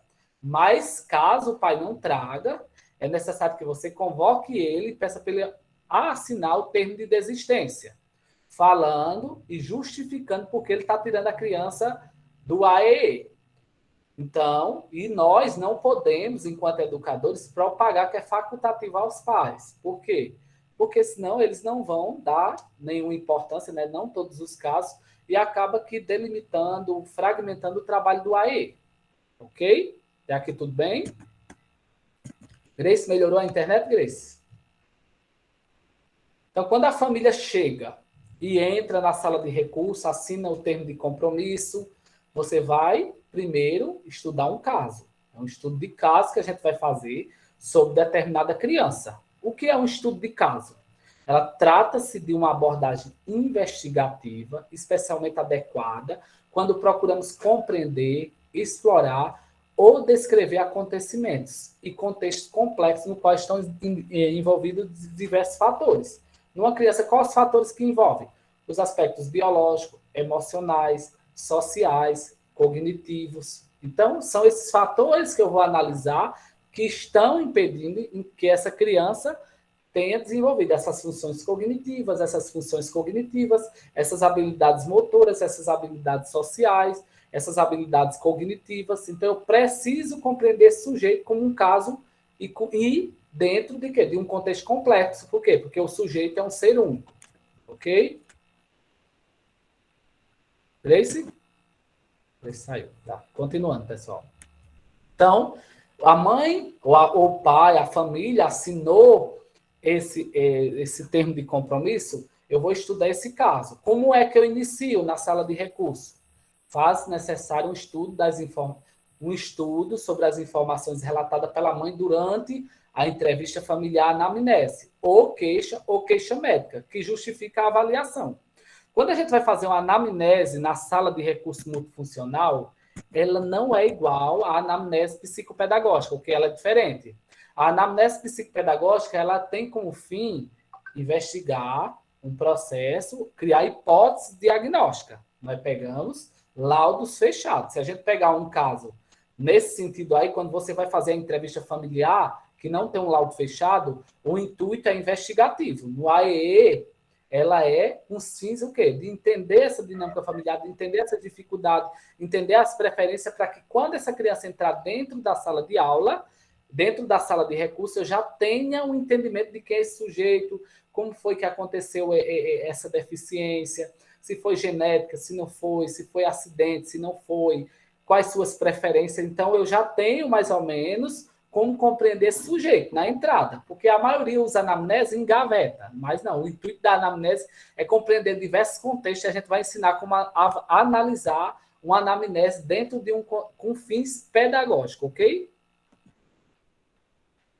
Caso o aluno apresente um diagnóstico desconhecido, como eu falei para vocês, ela é investigativa, vai criar hipótese. Caso não seja, ela é para fins de conhecimento em relação ao aluno, para promover intervenções. Ao final do estudo de caso, pode-se fazer uma apresentação da realidade vivenciada e assim discutir novas propostas de intervenção e possíveis encaminhamentos junto com outros profissionais da equipe. Então, eu costumo fazer o quê? Quando eu vou fazer estudo de caso, Eu realizo todo o estudo de caso, lógico, faço a anamnese, realizo o roteiro de habilidades, coloco declaração de imagem, que é importante também a declaração de imagem. Por quê? A declaração de imagem é importante. Se você quiser fazer alguma apresentação do seu trabalho, você tem a declaração de imagem que lhe respalda. Lógico que você não pode postar tudo, tem que ser fins pedagógicos, de atividades pedagógicas. Por isso que você tem que compreender essa questão da anamnese, como interpretar, desse roteiro de habilidades, como avaliar para depois realizar a intervenção e, a partir daí, realizar todo esse aparato, ok? Entender esse caso. Então, o estudo de caso, ele tem objetivos a serem atingidos, né, Cris? Que a gente vai delimitar o objetivo a partir da análise de cada caso, as atividades indicadas, que eu vou indicar para aquele aluno, para aquela necessidade a partir da minha avaliação, né? As atividades contraindicadas, porque tem mães que acreditam, por exemplo, a criança tem deficiência, eu vou encher ele de estímulo. Não, como eu falei de início, o menos é mais, ok? Não adianta a quantidade, sim a qualidade dos estímulos. Os recursos utilizados, eu vou utilizar da comunicação alternativa, da tecnologia assistiva, quais os materiais que eu vou realizar para fazer, vou construir para atender aquela necessidade daquela criança, os recursos contraindicados. Por quê? Porque eu tenho que dizer, por exemplo, a delimitação cognitiva e o que esse aluno responde, o que não responde, porque muitas das vezes o professor começa a realizar intervenções que estão além do seu nível cognitivo, então não está sendo satisfatório nem significativo. As metas, né? O que é que eu quero alcançar? Com quanto tempo eu vou alcançar essas metas? A partir das intervenções vocês percebem se é de curto ou longo prazo. Eu vou alcançar essas metas. As propostas de encaminhamento, se eu vou trabalhar, por exemplo, vou encaminhar para o fono, se eu vou encaminhar para o psiquiatra, porque tem crianças que necessitam, sugestões e os resultados obtidos. Quais foram os resultados? Então, o relatório é importante? Sim. No primeiro relatório que eu vou fazer, eu vou descrever as minhas intervenções, os feedback do aluno, as dificuldades que ele apresenta, o que eu preciso implementar enquanto recurso pedagógico. Eu trabalho muito na sala do AE com computador, com aplicativos também. Por quê? Porque quando a criança ela tem os seus momentos, né, de impulsividade, então eu tenho que trabalhar essa questão do condicionamento, né? Porque por exemplo, ela tem o hiperfoco em dinossauro, ela tem o hiperfoco, às vezes, em histórias infantis, ela tem o hiperfoco em jogos, por exemplo. Você tem que condicionar, mas tentar ao máximo realizar as atividades propostas, porque a resistência serão aumentadas. Então, a gente para por aqui, né? E a partir da próxima aula, a gente vai dar continuidade a tudo isso aqui e entender a anamnese, o roteiro de habilidades e os níveis 1 e 2 do PDI. E para finalizar essa nossa primeira aula, a gente vai fazer o quê? Vai apresentar esse pequeno vídeo para vocês. E sexta-feira, dia 19, nós nos encontramos, né, Grace, novamente, para dar continuidade a essa palestra, porque fica um pouco cansativo assim, se ficar assim 4 horas corrida, né, Grace, em relação a isso. Fala, Grace. Sim. Não, que quando o trabalho ele acontece de forma integrada, já é um tanto quanto difícil, não é, Gisele? Alcançar essas metas, esses objetivos, ainda mais quando é alimentado, que é o que ocorre na maioria das escolas, infelizmente. É um fazendo a sua parte, esquecendo que o trabalho é conjunto. E quem perde em relação a tudo isso é o aluno, que perde a oportunidade de crescer, né, pedagogicamente falando, e enquanto habilidades e competências para o próprio desenvolvimento da autonomia que servirá para a vida. Exatamente. E assim, às vezes a gente pensa, por exemplo, a gente limita o PDI apenas ao AE. Assim, lógico que ele é um construtor, mas depende das relações estabelecidas no ambiente escolar, né? Desse projeto político-pedagógico que é vivo, né? Que ele faz parte daquela comunidade, ele é político, ele é pedagógico, ele vai discutir ações que seja benéfica, né, para o desenvolvimento desse educando. Então, por exemplo, vocês vão perceber na próxima aula que o PDI é muito interessante assim de se construir, porque quando eu tenho esse olhar avaliativo, eu consigo plantar as sementes, né? E a gente pergunta qual o sentido da vida. Então, nós somos esses girassóis, né, Grace, que a gente quer propagar conhecimento em diferentes realidades, e a gente finaliza a palestra com essa reflexão. Eu vou colocar esse pequeno vídeo, e após o vídeo a gente finaliza, ok?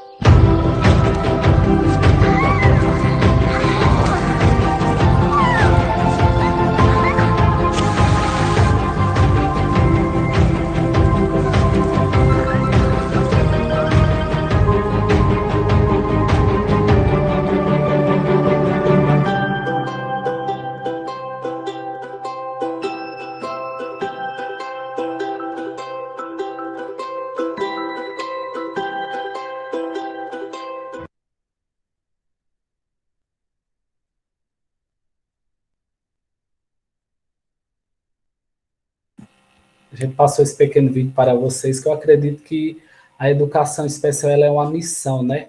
Eu acredito que cada um foi tocado de alguma forma a estar na educação especial. Porque a forma que eu entrei, assim, eu acredito que foi Deus que me propiciou essa divindade, né, de estar fazendo parte desse processo de ser educador especial.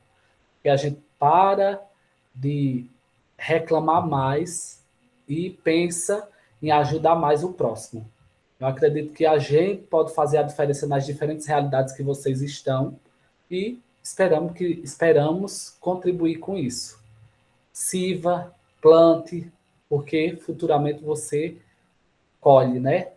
E que Deus abençoe a cada um de vocês. E a gente está para a pergunta, quem quiser fazer alguma pergunta, né, Grace? A gente está aberto a isso e na próxima aula a gente finaliza, que é mais ou menos umas 2 horas também. Alguém tem alguma dúvida?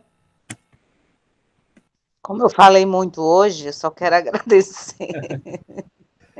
Foi maravilhoso, excelente. Eu já tinha feito um curso só de PDI e com uma mestre. Meu amigo, vocês deram show, viu? Obrigado. Parabéns.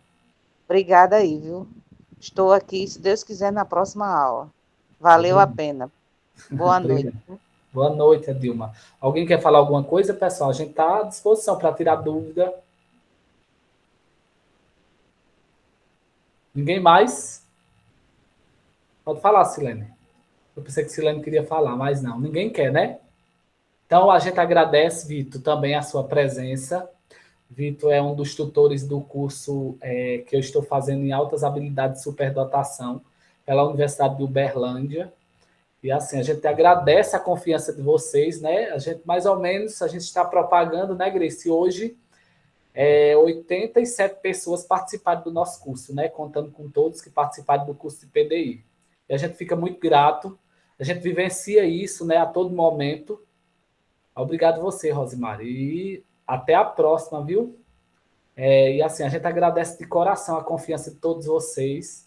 Eu vivencio isso desde 2011, que eu entrei na educação especial, a gente se depara com PDI. Se tem muitas dúvidas, muitos questionamentos, mas que, aos poucos, cada um dentro da sua realidade vai compreendendo, né?